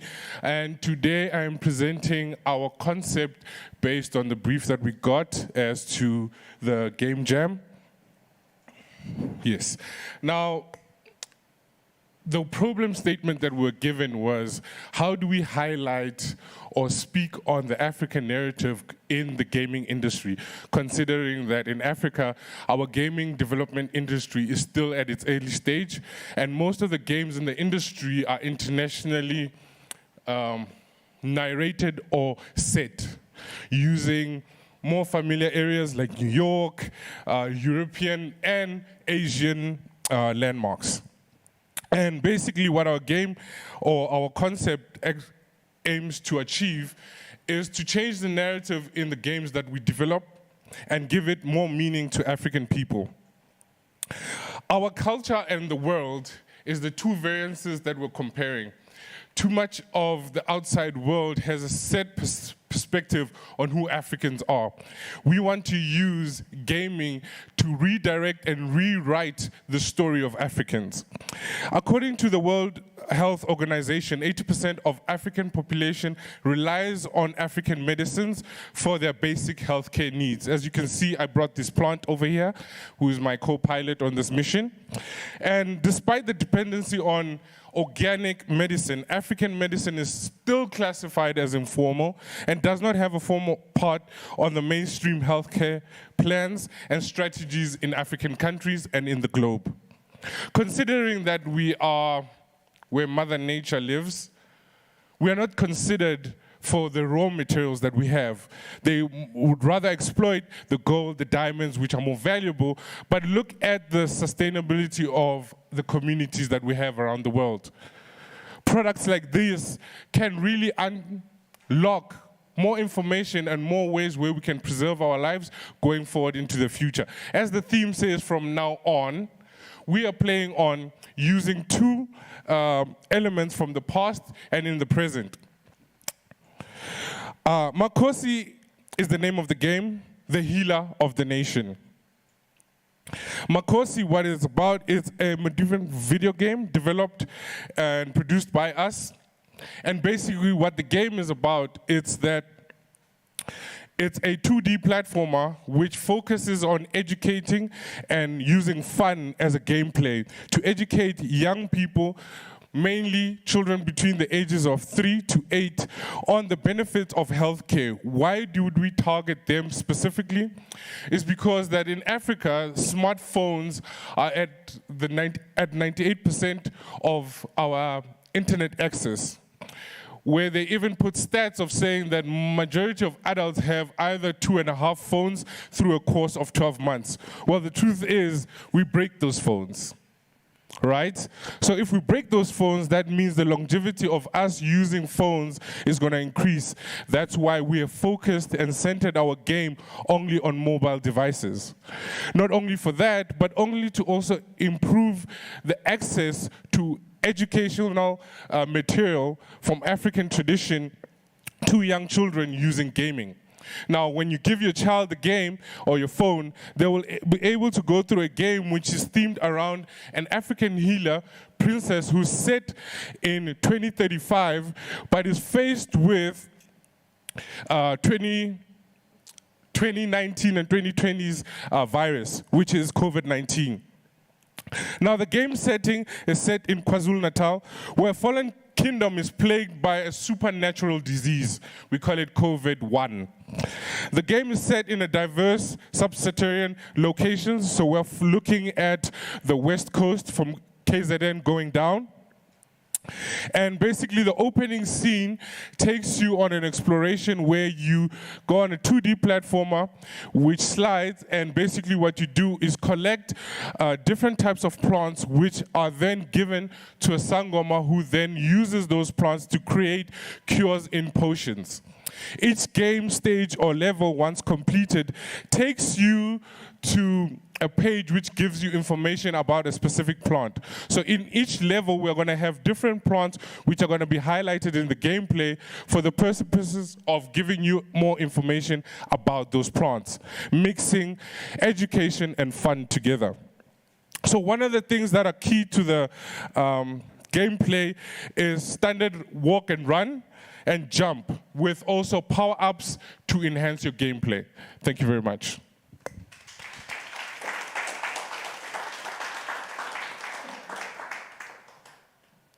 And I'll take this moment to give you a clip of our video of the gameplay.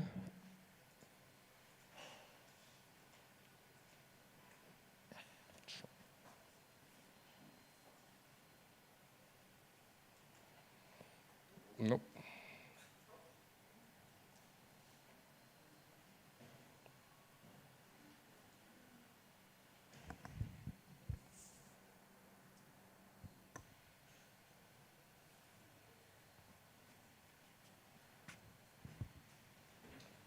As I said, it's a 2D platformer which works within the game, whereas you collect plants throughout the gameplay, you use those plants to create potions which then heal the enemies who are sicklings within the village. Still playing on the concept of a child is not raised alone but is raised by the village, the prince and the sangoma play the role of rehabilitating the community from the supernatural disease, using plants as cures for that. As in the game, there is no shooting and killing. As Africans, we don't believe in killing. We would rather enhance and improve. So we are healing through the plants and the gameplay.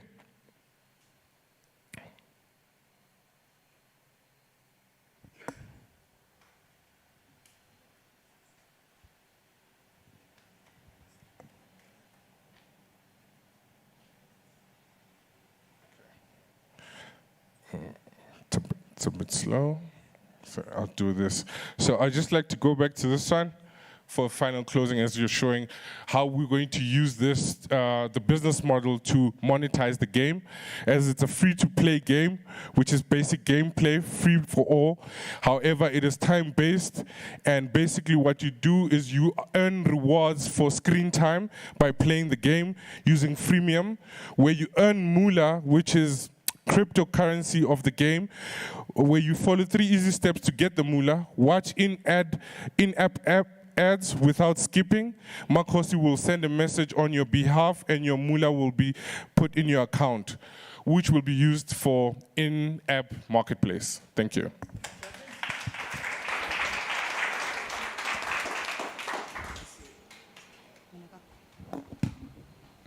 So you had a very interesting line saying that in South Africa, Africa don't believe in violence, etc., we believe in healing. Why wasn't any of that apparent in your gameplay? Why was it just movement and jumping? Okay, we hadn't advanced to that development as yet. We had some problems in the morning for advancing to level 2, so I was only able to show you the tutorial level on how to make the movement up and down, run left and right. Okay, what would your plans be for making the gameplay itself feel African, just like the line you were saying earlier? So basically it's a world builder. So what you're doing is, as we said, it's a village which is plagued with a disease. The first part is to rehabilitate the village. As we rehabilitate the village, we are fixing different parts of it, and more people from other areas will then come in and get rehabilitated and builds the community that for. Yes. Cool, fantastic. This is going to sound very bizarre, but I don't really believe you yet about your intentions of what you're trying to achieve. If you're discussing the agriculture of Africa and the utilization of that to turn it into medicine, and instead we get jumping and climbing in your platformer. I think it would have made more sense if you were trying to discuss that to be actually making a game that does that, as opposed to suggesting it does through some sort of narrative. Fundamentally. Secondly, why the blockchain model? What makes you think you're going to be able to penetrate a market that is going to be interested in doing that? We're looking at early adopters. We're running that through the theme of from now on onwards. So how do we incorporate future tech into current things? And we're using the game to educate people on how that would work going forward. Hence, we're using it as moolah, as in-app currency, which will help you to increase your in-app purchases and play. Okay, we are a little bit tight on time. Thank you, judges, and thank you, highly dedicated agency. As you heard, that was the main act, and I'm sure the judges will agree with me. We can call it a day. There's no more presentations, and we can move on to the main act. Do you guys agree? Okay, well, we actually have 2 more presentations, so unfortunately, you've got to listen to a few more, but I'm sure you'll find them to be highly entertaining. And in that vein, I would like to introduce the very next team, which is Space Salad Studios. Space Salad Studios, can I ask you please to come to the stage and present your game? Thank you very much.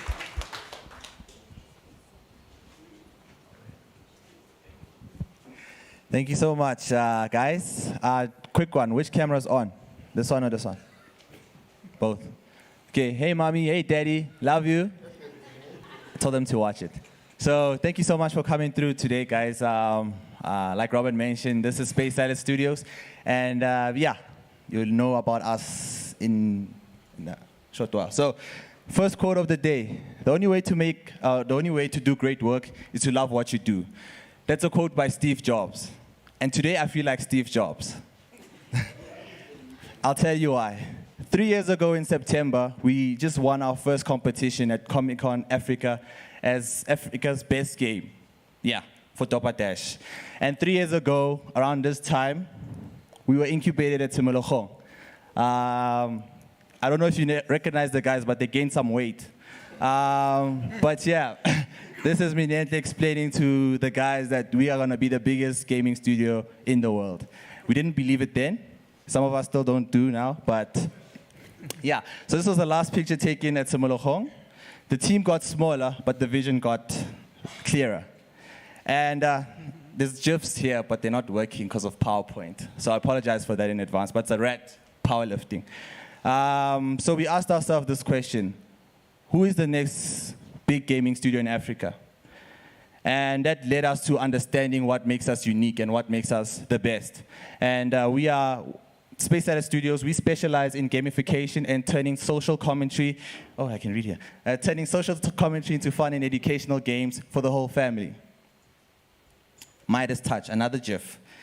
This is where the Midas Touch started, and here are some of our games, our catalog. This is a zombie game based in South Africa, Zombie Apocalypse, which was created in 2012.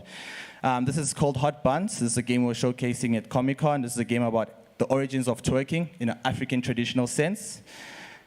This is Pooh Weekly, Point of Order. This is a game about politics, the history of our politics, and trying to get the youth to vote. Here are some of the games that we collaborated with other studios. Raps on the left, you can find it on Showmax right now and also on the Vodacom store. It's about the little girl who goes on magical adventures, and yeah, you teach her about how to take care of her hair and all that cool stuff. And Wazi is a product during COVID, was teaching little kids how to wash their hands and exercise good hygiene. And finally, Dopa Dash, which is probably one of our biggest games. This is a game based on Street Surfers, and we hope to use it as a tool to teach people about waste management and recycling. So the problem statement, back to business. Something uniquely African. South Africa is very unique. I can go on and on and on. But we mainly focused on wildlife and nature, but specifically on nature. We have the largest diversity of land animals and water animals in the world. We have the largest animals in the world, and we have the fastest animal, we have the big five, and we have the largest desert in the world. Not so fun facts, 40% of our animals have reached a decline because of, since 1970, because of illegal hunting, which is poaching. 3 out of the 10 animals globally that are featured on the endangered list are from Africa. And then poaching causes diseases like SARS, which is COVID, and also Ebola. Hopeful fun facts are private owners spend about 250 million every year protecting the rhinos. The International Anti-Poaching Foundation train women to become rangers and uplift their community. The WWF introduced infrared cameras to watch over the rhinos at night because that's when the poachers come through. And an estimation of $400 million is donated each year by people like me and you to help stop the rhinos from being poached. And campaigns like the Red Rhino, Plastic Horn, I don't know if you guys remember the Red Rhinos. Unfortunately, they stopped because of COVID, but campaigns like that were running and were successful because of people like me and you supporting the rhinos. So here's our game. Our game's name is called Horn-Nie. So it's a play on word. It's a horn and nie, the Afrikaans word for no. And the reason why we call it that because the rhino does not have a horn. Yes, so here's a little bit more about our game. It's PG-13. It's a mobile 2D platformer. Our revenue model is free to play. And we have microtransactions and in-app advertising. And as you progress in the game gets harder. So you are forced to watch the adverts. You're forced to also, not forced necessarily, that's a bad word, but you won't have an option to advance unless you buy the stuff. And then here are some of the story behind the game. So the main objective of the game is bringing awareness to illegal hunting of endangered animals, competitive gaming with an educational edge, and a platform where these organizations such as the WWF, IAPF, just to name a few, can plug into the gaming space and reach a different market. So the story behind it is Horn-Nie, who is a rhino who was poached, wakes up, his horn is cut in half. And then he gets really angry and he develops super rhino strength, and he basically beats up the other poachers and saves his other rhino buddies from being poached. So yeah, that's it. I think we can play the video. By the way, is the speakers connected? We created some really dope music, some Afro beats, just to keep it African. Yeah.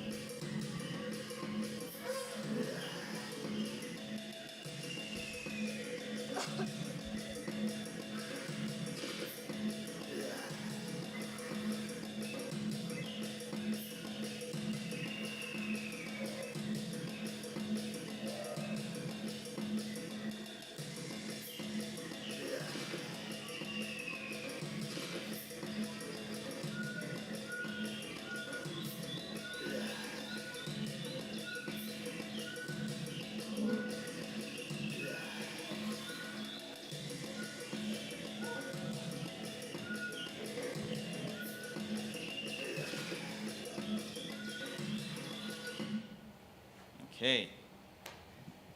Thank you.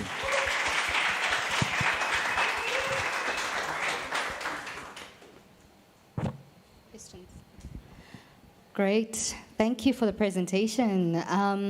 Look, I'm glad you spoke about in-app purchases and forcing the players at some point to buy. But you see, that could actually be a deterrent.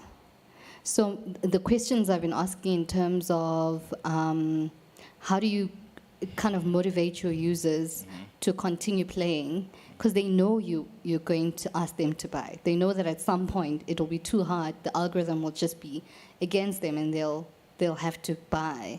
So how do you make sure that you don't demotivate them from playing the game by forcing them to buy? So what is that? What is the carrot that you're going to dangle in front of them to continue playing the game? Because remember, your commercial model is also ads, so you benefit from the ad side. So how are you going to make sure that you've got the right carrot stick? Yes. To make sure that they don't, they just stop playing because they know you want them to buy. Yes. I do apologize for using the word force.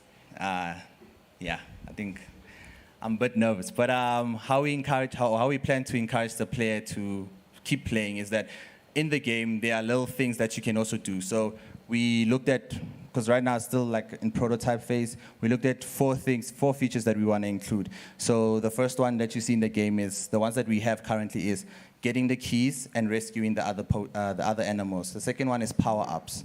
So you can pick up power-ups that upgrade your player. Another one is coin collection that we're going to include. So you can, by completing a level or by dying, or just by playing the level, you can accumulate enough points to skip passing, or skip the microtransactions and get score in-game points by playing it. But it's just going to be more tedious because you're going to keep on replaying. But that's where the replayability comes in, because you'll feel like, oh, I've just unlocked this power up. Maybe I can defeat them by my own skill. But then again, it might not happen that way, and you might be forced to, or not forced. You might be influenced or encouraged, yes, to buy, because you've played the level about 30 times. So we have set measures, or we plan on putting in measures to encourage the player to keep playing, going in and out. And just on that, how many levels do you want to go up to? So we want to expand it. We want to also get people familiar with the endangered species, learning about them. So we want to have like a character for each species. That way we can also like take it international. So in terms of levels, I'm not sure I can answer you as of yet, but we want to expand it as far as we can because we want to take it to like a global market. Yes. Okay, great. Thanks. Thanks. Can we call it on the questions? Thank you. Thank you.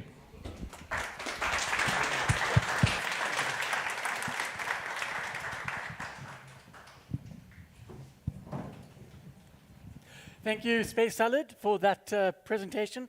I never thought that when we came up with this theme that we'd get such a diverse array of different ideas. And it's been phenomenal to watch and observe as all of you have come out with the most incredible ideas for your different projects. And we have one last studio that will be presenting today. And that studio is the Sandbox Insanity team. May I ask you all please to welcome them as they present their game and take on the challenge to convince the judges that they indeed are the main act. Thank you.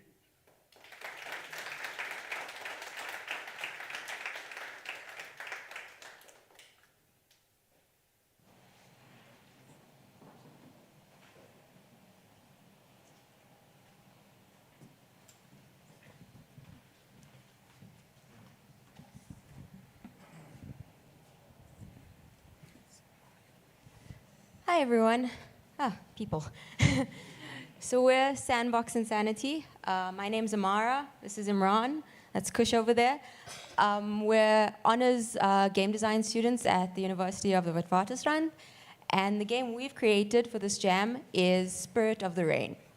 Now, Spirit of the Rain is a 2D narrative-driven platformer set in a post-apocalyptic Africa, where things like culture, tradition, and beliefs are remnants of the past. In this game, you're joining 3 main characters as they journey across a dying land, searching for ways to save it. Okay, perfect.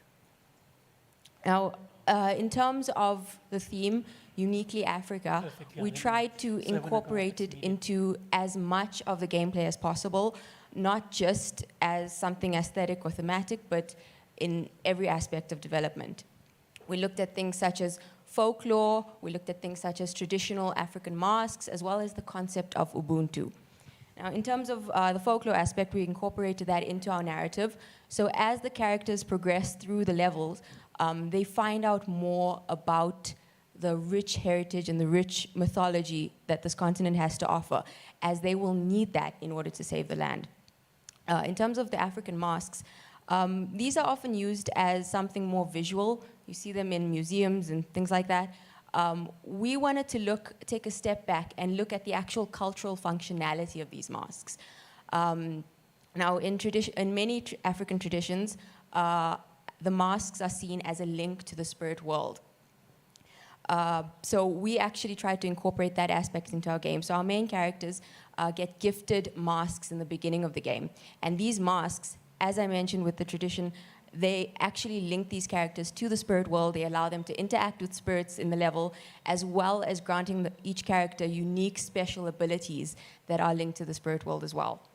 Now, as you can see, we have 3 main characters, not just one. Gameplay works with the player switching between characters as they progress. And we did this to kind of touch on that Ubuntu aspect. So Ubuntu is something that is often seen as an ideology that is unique to Africa. It deals with concepts such as community, humanity, things like that. And so each character has a unique skill set, and you have to try and figure out which one to use to progress. So essentially, they have to work together. And so this kind of highlights the aspect of community that is a key Ubuntu ideology. And to carry on with the game mechanical aspect, I will hand over to Kush. Hey guys, so I'm Kush. So our game is primarily a 2D puzzle platformer. What we are going around here is that our gameplay focuses on platforming as well as time-based puzzle solving. So we have 3 different characters in the game, and you switch between them. Each of the characters has their own unique abilities, movement characteristics, as well as designs. The whole thing we were going for here is that the game revolves around you needing to switch between different characters to solve different problems and obstacles. And we did this because we wanted to enforce the idea of Ubuntu with characters that you have to diversify and switch between in order to progress in the level in a good way. Over here, we have a screenshot of our level. So we've tried to keep the design fairly simplistic. We wanted to keep the option open for porting this to mobile, as it is a fairly simplistic 2D platformer, and that is one of the routes we are looking at in terms of commercialization and commercial viability. I'm going to pass over onto Imran, who's going to take you through our plans going forward. Hi, my name is Imran, and going forward, our plan involves further developing both a campaign and arcade mode.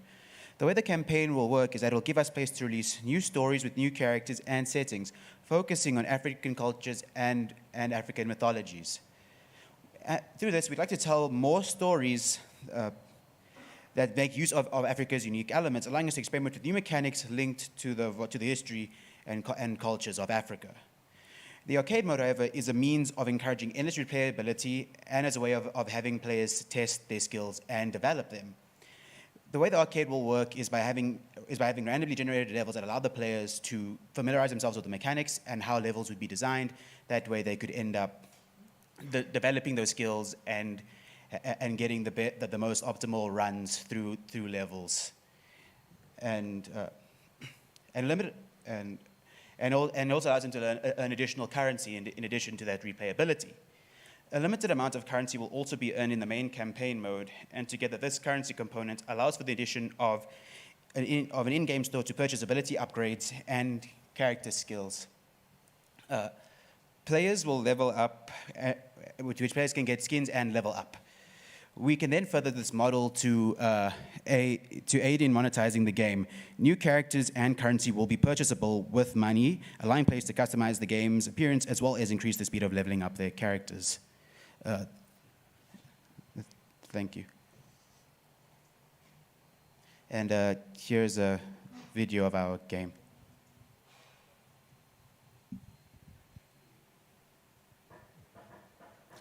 So here you guys can see some of our gameplay mechanics. So our first character, we intended to fire a fireball. Currently it's just this green square though, because yeah. Our second character has the shield. And the shield protects them from all incoming damage for a certain amount of time, making it perfect for crossing areas that are usually uncrossable as they cause damage. We then have our third player who actually possesses a passive ability. Now, the passive ability on the third player actually gives them increased jumps, increased movement speed, and an increased jump height. So this is something that allows them to just move around far more easily at a much faster pace. That is our game. Thank you for watching and listening, guys.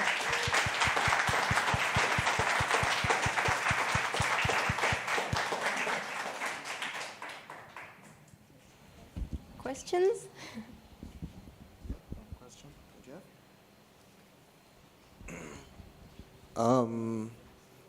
What is your thoughts behind how you said you were procedurally generating more levels and content, right? So that's for the arcade mode. Okay, For the cool. campaign mode, the levels will be pre-created. What's your thoughts on the amount of content that you're producing for that, for engagement with your audience and etc. basically? Okay, so what we've been planning was two different things. So in terms of the story mode, we wanted to have DLCs and things like that to come with new stories that focus on different cultures and different African mythologies. That way we can have a constant flow of new content that draws in different people from different cultures and things like that. In terms of the arcade mode, we plan on having fairly simplistic backgrounds. In terms of the randomly generated levels, those will be in terms of platforms respawning, areas where enemies spawn from changing, the game progressing in a vertical sense, moving upwards or downwards so that you're still required to platform around while the elements change. So it keeps you moving with more fast-paced gameplay, allows the game to have a more gameplay-focused mode that doesn't just educate you on the story. And it also provides a way for players to gain more currency, to give themselves upgrades in the story and the arcade mode, as well as also allowing us to have an avenue for people to buy things like skins and new characters, which would release with other DLCs with new story content. So with the shitty question, basically, with that approach, how would you ensure that you're not just co-opting cultures across the continent for capitalism, basically? So we're creating a fictional version of Africa, but we're trying to pay as much attention to the actual culture behind it. So we've done a lot of research into different African cultures because what we're trying to do is, even though it's a fictional world, we're trying to educate people on the principles, the values, and also we do mention and reference actual mythology elements in our game. So that's how we plan on doing that. If I answered your question correctly, sorry. There's also the thing of, so the game itself will be free to play. The monetization or as you mentioned, capitalistic aspect comes in if you kind of want to focus more on the gameplay aspect and further your gameplay aspect. So if you're the kind of player who really wants to upgrade quickly or things like that. But in terms of the campaign mode, which is where we focus on telling these stories and on driving this narrative, that aspect is free to play. Dope. Thank you very much. If I could just add one thing. One of the things we did do when designing this was we wanted it to be brilliant as a 2D platformer on its own, as well as having the African element, so that it works in both ways, drawing in the 2D platformer fans, as well as giving people that insight into African culture and educating them a bit more. Cool. Thank you very much.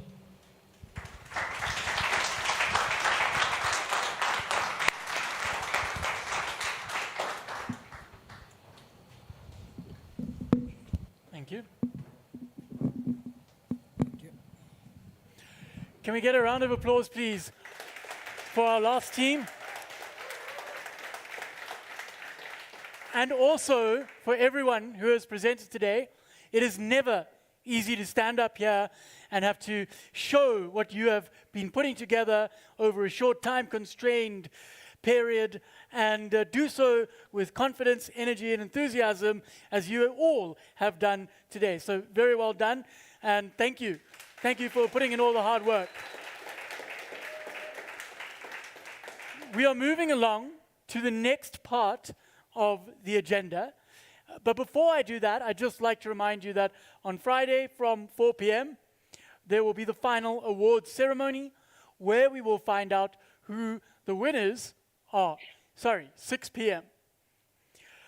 Moving along, our guest speaker this evening, is Odile Limpach, Professor Odile Limpach.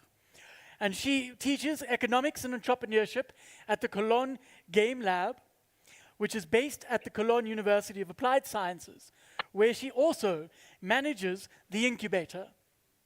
She is the co-founder of the accelerator SpielFabrique 360 Degrees and works as a strategic consultant for serious games and cross-media projects. Between 2007 and 2014, she was the managing director at the German entertainment software studio Blue Byte, and before that, she was the managing director of Ubisoft GmbH. She graduated from business school in France and completed her MBA in the US. Professor Odile is also involved as a volunteer in the areas of vocational training and creative industry development. Lastly, for the past 20 years, she has acted as an advisor for the French Ministry for International Business Development. I would like you all please to welcome Prof. Odile Limpach as she presents today her speech. Thank you very much. Thank you very much. I think listening to you, I'm very happy to be here, and I wish I would be with you in Johannesburg, actually. And listening to you, I think I really need to shorten my bio because I feel pretty old each time I hear that. I've been in the gaming industry for a very long time. But for me, I've been asked to speak a bit about how we see, especially with my company SpielFabrique, the potential of African content, and to tell you a couple of give you a couple of information about what we have learned the last year. And I've been asked to be very brief, so I'm going to jump directly into what I prepared for you today. So, you know who we are. Our company, SpielFabrique, is, we call us a video game system catalyst, ecosystem catalyst. What does it mean? I'm not going to be too much detail. We bring people together. We work a lot of skills. We have accelerations program. We have co-production program for video game companies. And we work a lot on markets, on studying, on finding out how we can help the whole ecosystem to grow and to develop. So in this relation, we have looked at the African market for a couple of years now, and I just put a couple of figures together. Probably you already have heard of this the last days, and that's why I'm going to go fast on it, and you probably are all aware of that, but just to put the big picture. We know that the African market is a very growing one, and the next years, we plan up till 15% growth. Now I remember I forgot to start my watch to make sure that I don't speak too long. So there is definitely 15% growth plan in the African market in the next years, and maybe more. We know also that half of the African are under 20 years old, and in 2050, it's going to be 70% of African being young people. So we know that we have a very growing penetration of the internet in the whole continent. We know we have a very young population. We have a lot of smartphones that are there already and used not only for gaming, but for a lot of different purposes. We know that multiplayer genres and games are popular already in Africa, and that the demand is growing. It's a lot about mobile right now. 95% are mobile gamers, and we have a lot, 747 million active mobile users in sub-Saharan Africa. This is a lot. So what does it mean also in terms of development? So we have been seeking and making a lot of research and looking for figures. And we saw that the development power of games is also growing, actually. We have turnover in South Africa, Nigeria, Ghana, and Kenya. We know that there are a lot of gamers in these countries, and we know that the top developer countries for the moment in Africa, based on the figures that we have, are South Africa, Kenya, Nigeria, and Uganda. So we have seen all this, and we thought it's really interesting for us also, for everybody to look at this and to see how can we help, how can we support, how can we be part of the growth of the African market. And we started a project with SpielFabrique. We called it African-European co-production market.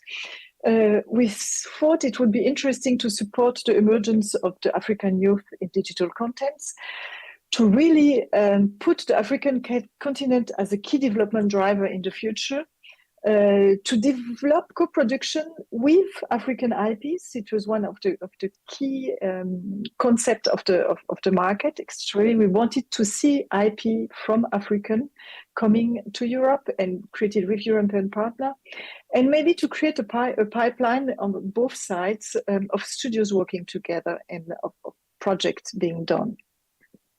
So how did we do that?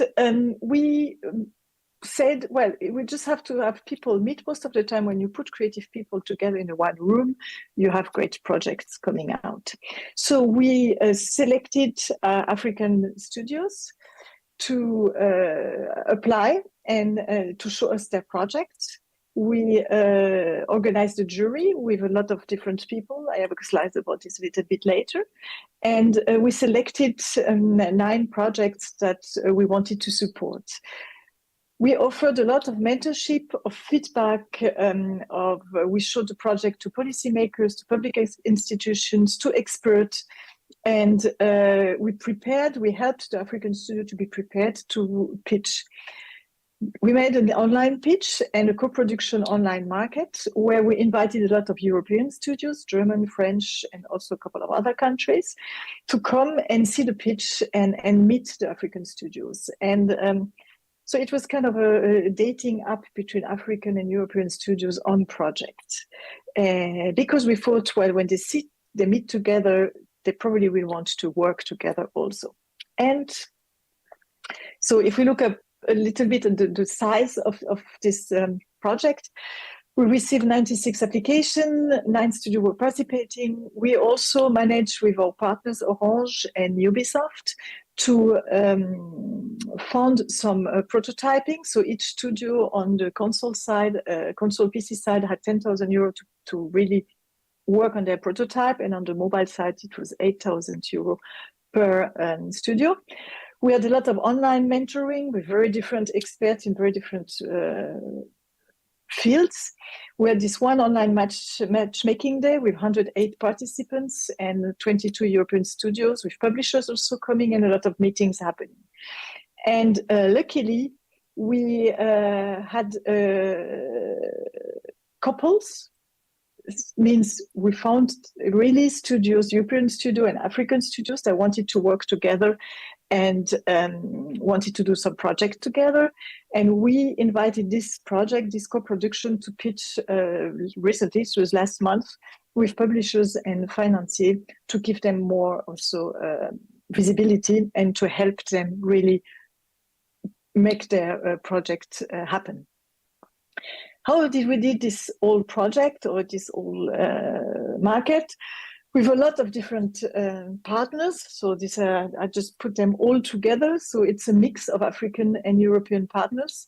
And this has been growing years after years. It's not I must say, it's not the first year that we did the co-production market. It's already the 3rd year, and it was the biggest one we had. And we're already working on the version 2023 of the market.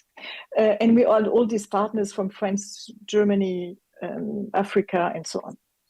And so I'm not going to present all these people. You must know a couple of them, but I thought it was interesting to see that we really try to have a mix with all the people we worked together. So these people helped us to pre-select the teams. As you see, very diverse pre-jury selection. Then we had a final jury selection where we really choose the project that will get the prototyping money and the mentoring during the whole year. It was at the beginning of 2022. Also, we mixed, we were happy to have a very good mix to be able to choose the right project. And then we asked some mentors also to follow up on the teams and to follow up on the co-production to give some feedback. So it was from game design, financing, crowdfunding, publishing, a lot of different subjects where we really, these experts, these mentors had one-to-one meetings with the teams to work on their pitch, worked on their project, worked on their concept, and make sure that they are ready to go to the co-production market and to find the right partner to develop their project. So what's actually here, we're here to see teams and to see games. And one of the criteria we had, and that was very important to us in choosing the teams that will participate into the co-production market, was African content. And we were very, very happy to find very great projects. I'm not going to present the games because hopefully you all know them actually by now. We had GV Studio with Ozoni about an adaptation of the very nice book. We had Kaifo Studio from Senegal with adventure game, and Kunta Content with Hero with a game around the Maasai, and quest of a young chasseur. Well, now sorry, it's still late in the evening. I don't remember the name in English. This is on the PC and console side. The mobile side, we had also very diverse game, and everybody with a lot of African content coming. So we had Raps from Alchemize, Responsible Boa with Kiro Games, Kamzaron from Leti Art, and Dobadash from Space Salad Studio, as well as Riziki from Weza Interactive. I wanted to show this game in the first selection because I think this is a very good example about how much African content is done. And when I saw the subject of the Fakugesi this year, really putting emphasis on the potential of African content, I was very happy to get the opportunity to show you that here. So these were the projects that we took at the very beginning of this year, saying they will go through all this mentorship program and they will meet European Studio. And out of that, we also had sorry, my daughter is screaming in the background, no worry, she's not hurt. 6 co-production happening. And if you see on the screen, 5 of them are the games that were presented by the African studio. So they found European partners from Belgium, from Ireland, from Germany, to work with them together and to build these projects together. And we're very happy also that one new project also appeared from discussion between studios, and it's called Colonial Rule. So it's of course at the very beginning, they are at the concept side, but it's about well, a lot of an impact game about colonization and about the way we see it and the way we see it from both sides of the continent, actually. So this is this was the co-production market, and this is something we're very proud, and it was so exciting for us to see all this game and all this content coming out, and also being able to work together on the Europe and African side on this project. Last but not least, because I know we're short in time, we also cooperated with the Goethe Institute, and I'm sure Vulane is here somewhere and listening to me, about a study.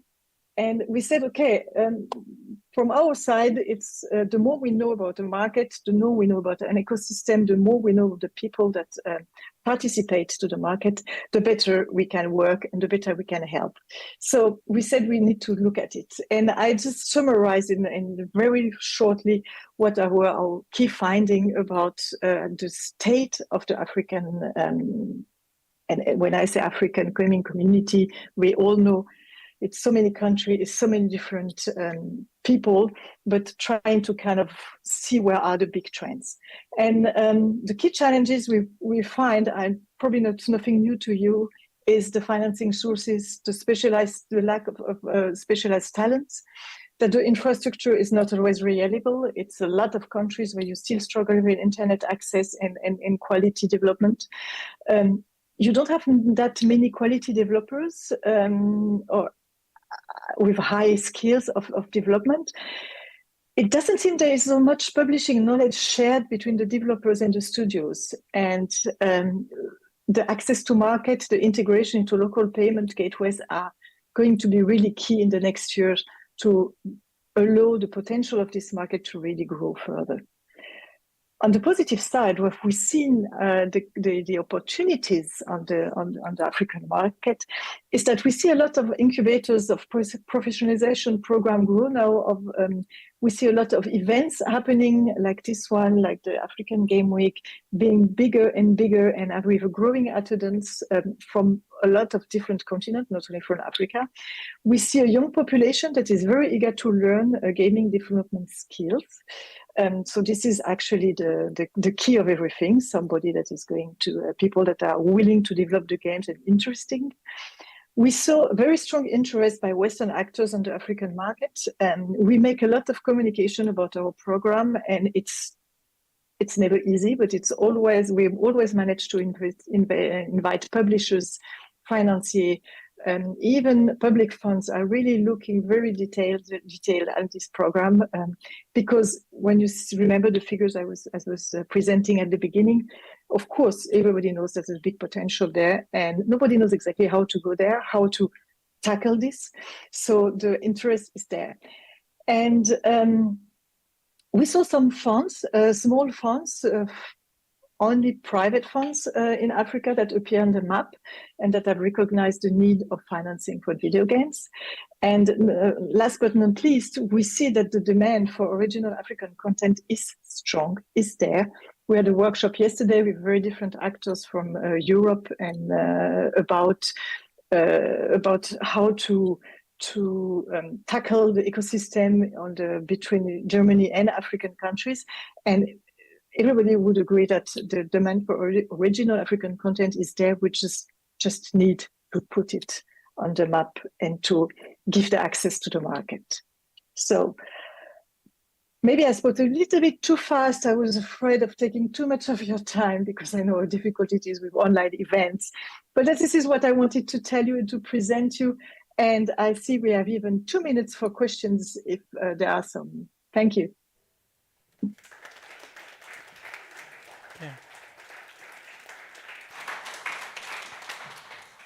Are there any questions?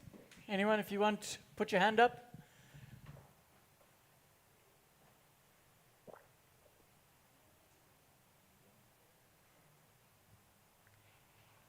Denai?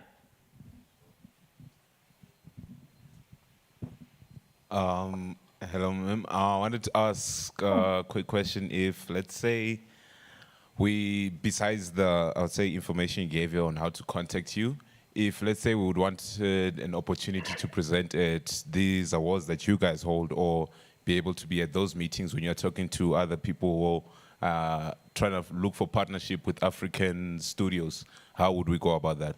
Is there like a competition we need to enter or anything like that? Yes, exactly. So we are planning the next edition of the co-production market. This will start January 2023.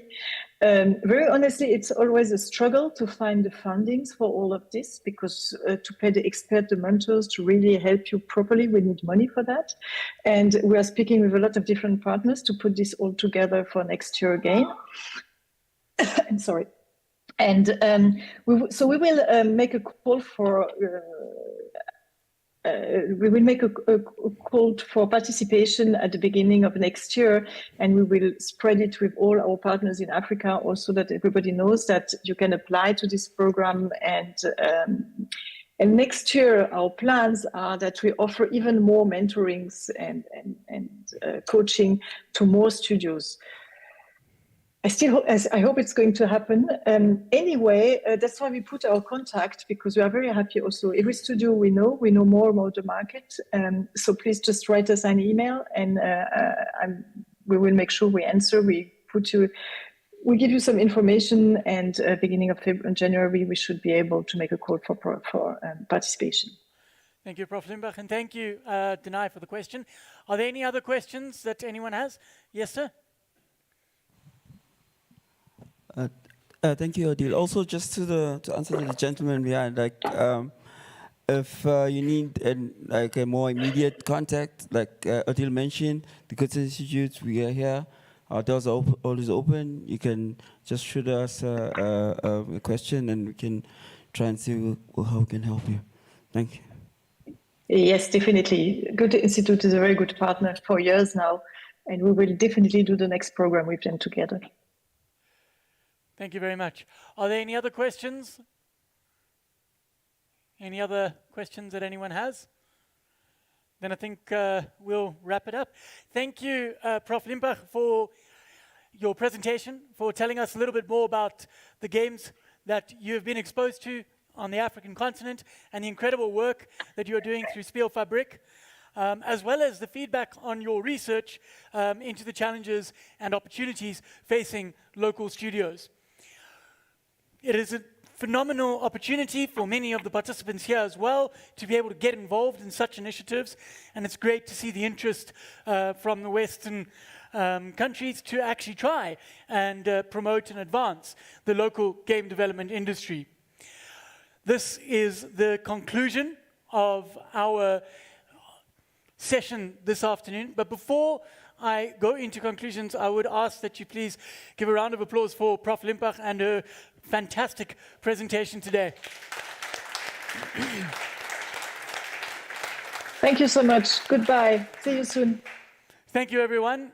And then I would also ask that we give one last, again, round of applause for the participants who had to go through the most.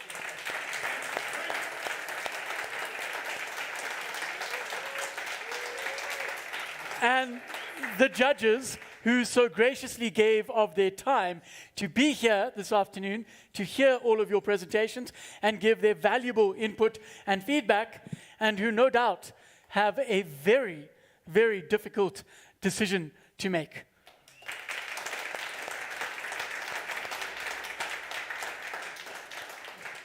Lastly, and most importantly, I would like to thank Telkom Future Makers for making this entire game jam an event possible. And we really appreciate the generous contribution and support, continued support that you have given to Tshomo and the ability for this program to continue as it has each year. Thank you, ladies and gentlemen, for making the time to be here and listening to the many participants and making this entire event happen, and to be as exciting as it has been, as you get to see the phenomenal talent that is on display in the local South African games industry. And I wish you all a fantastic evening, and I am incredibly excited to hear who the winners are on Friday. All the best, and have a lovely evening.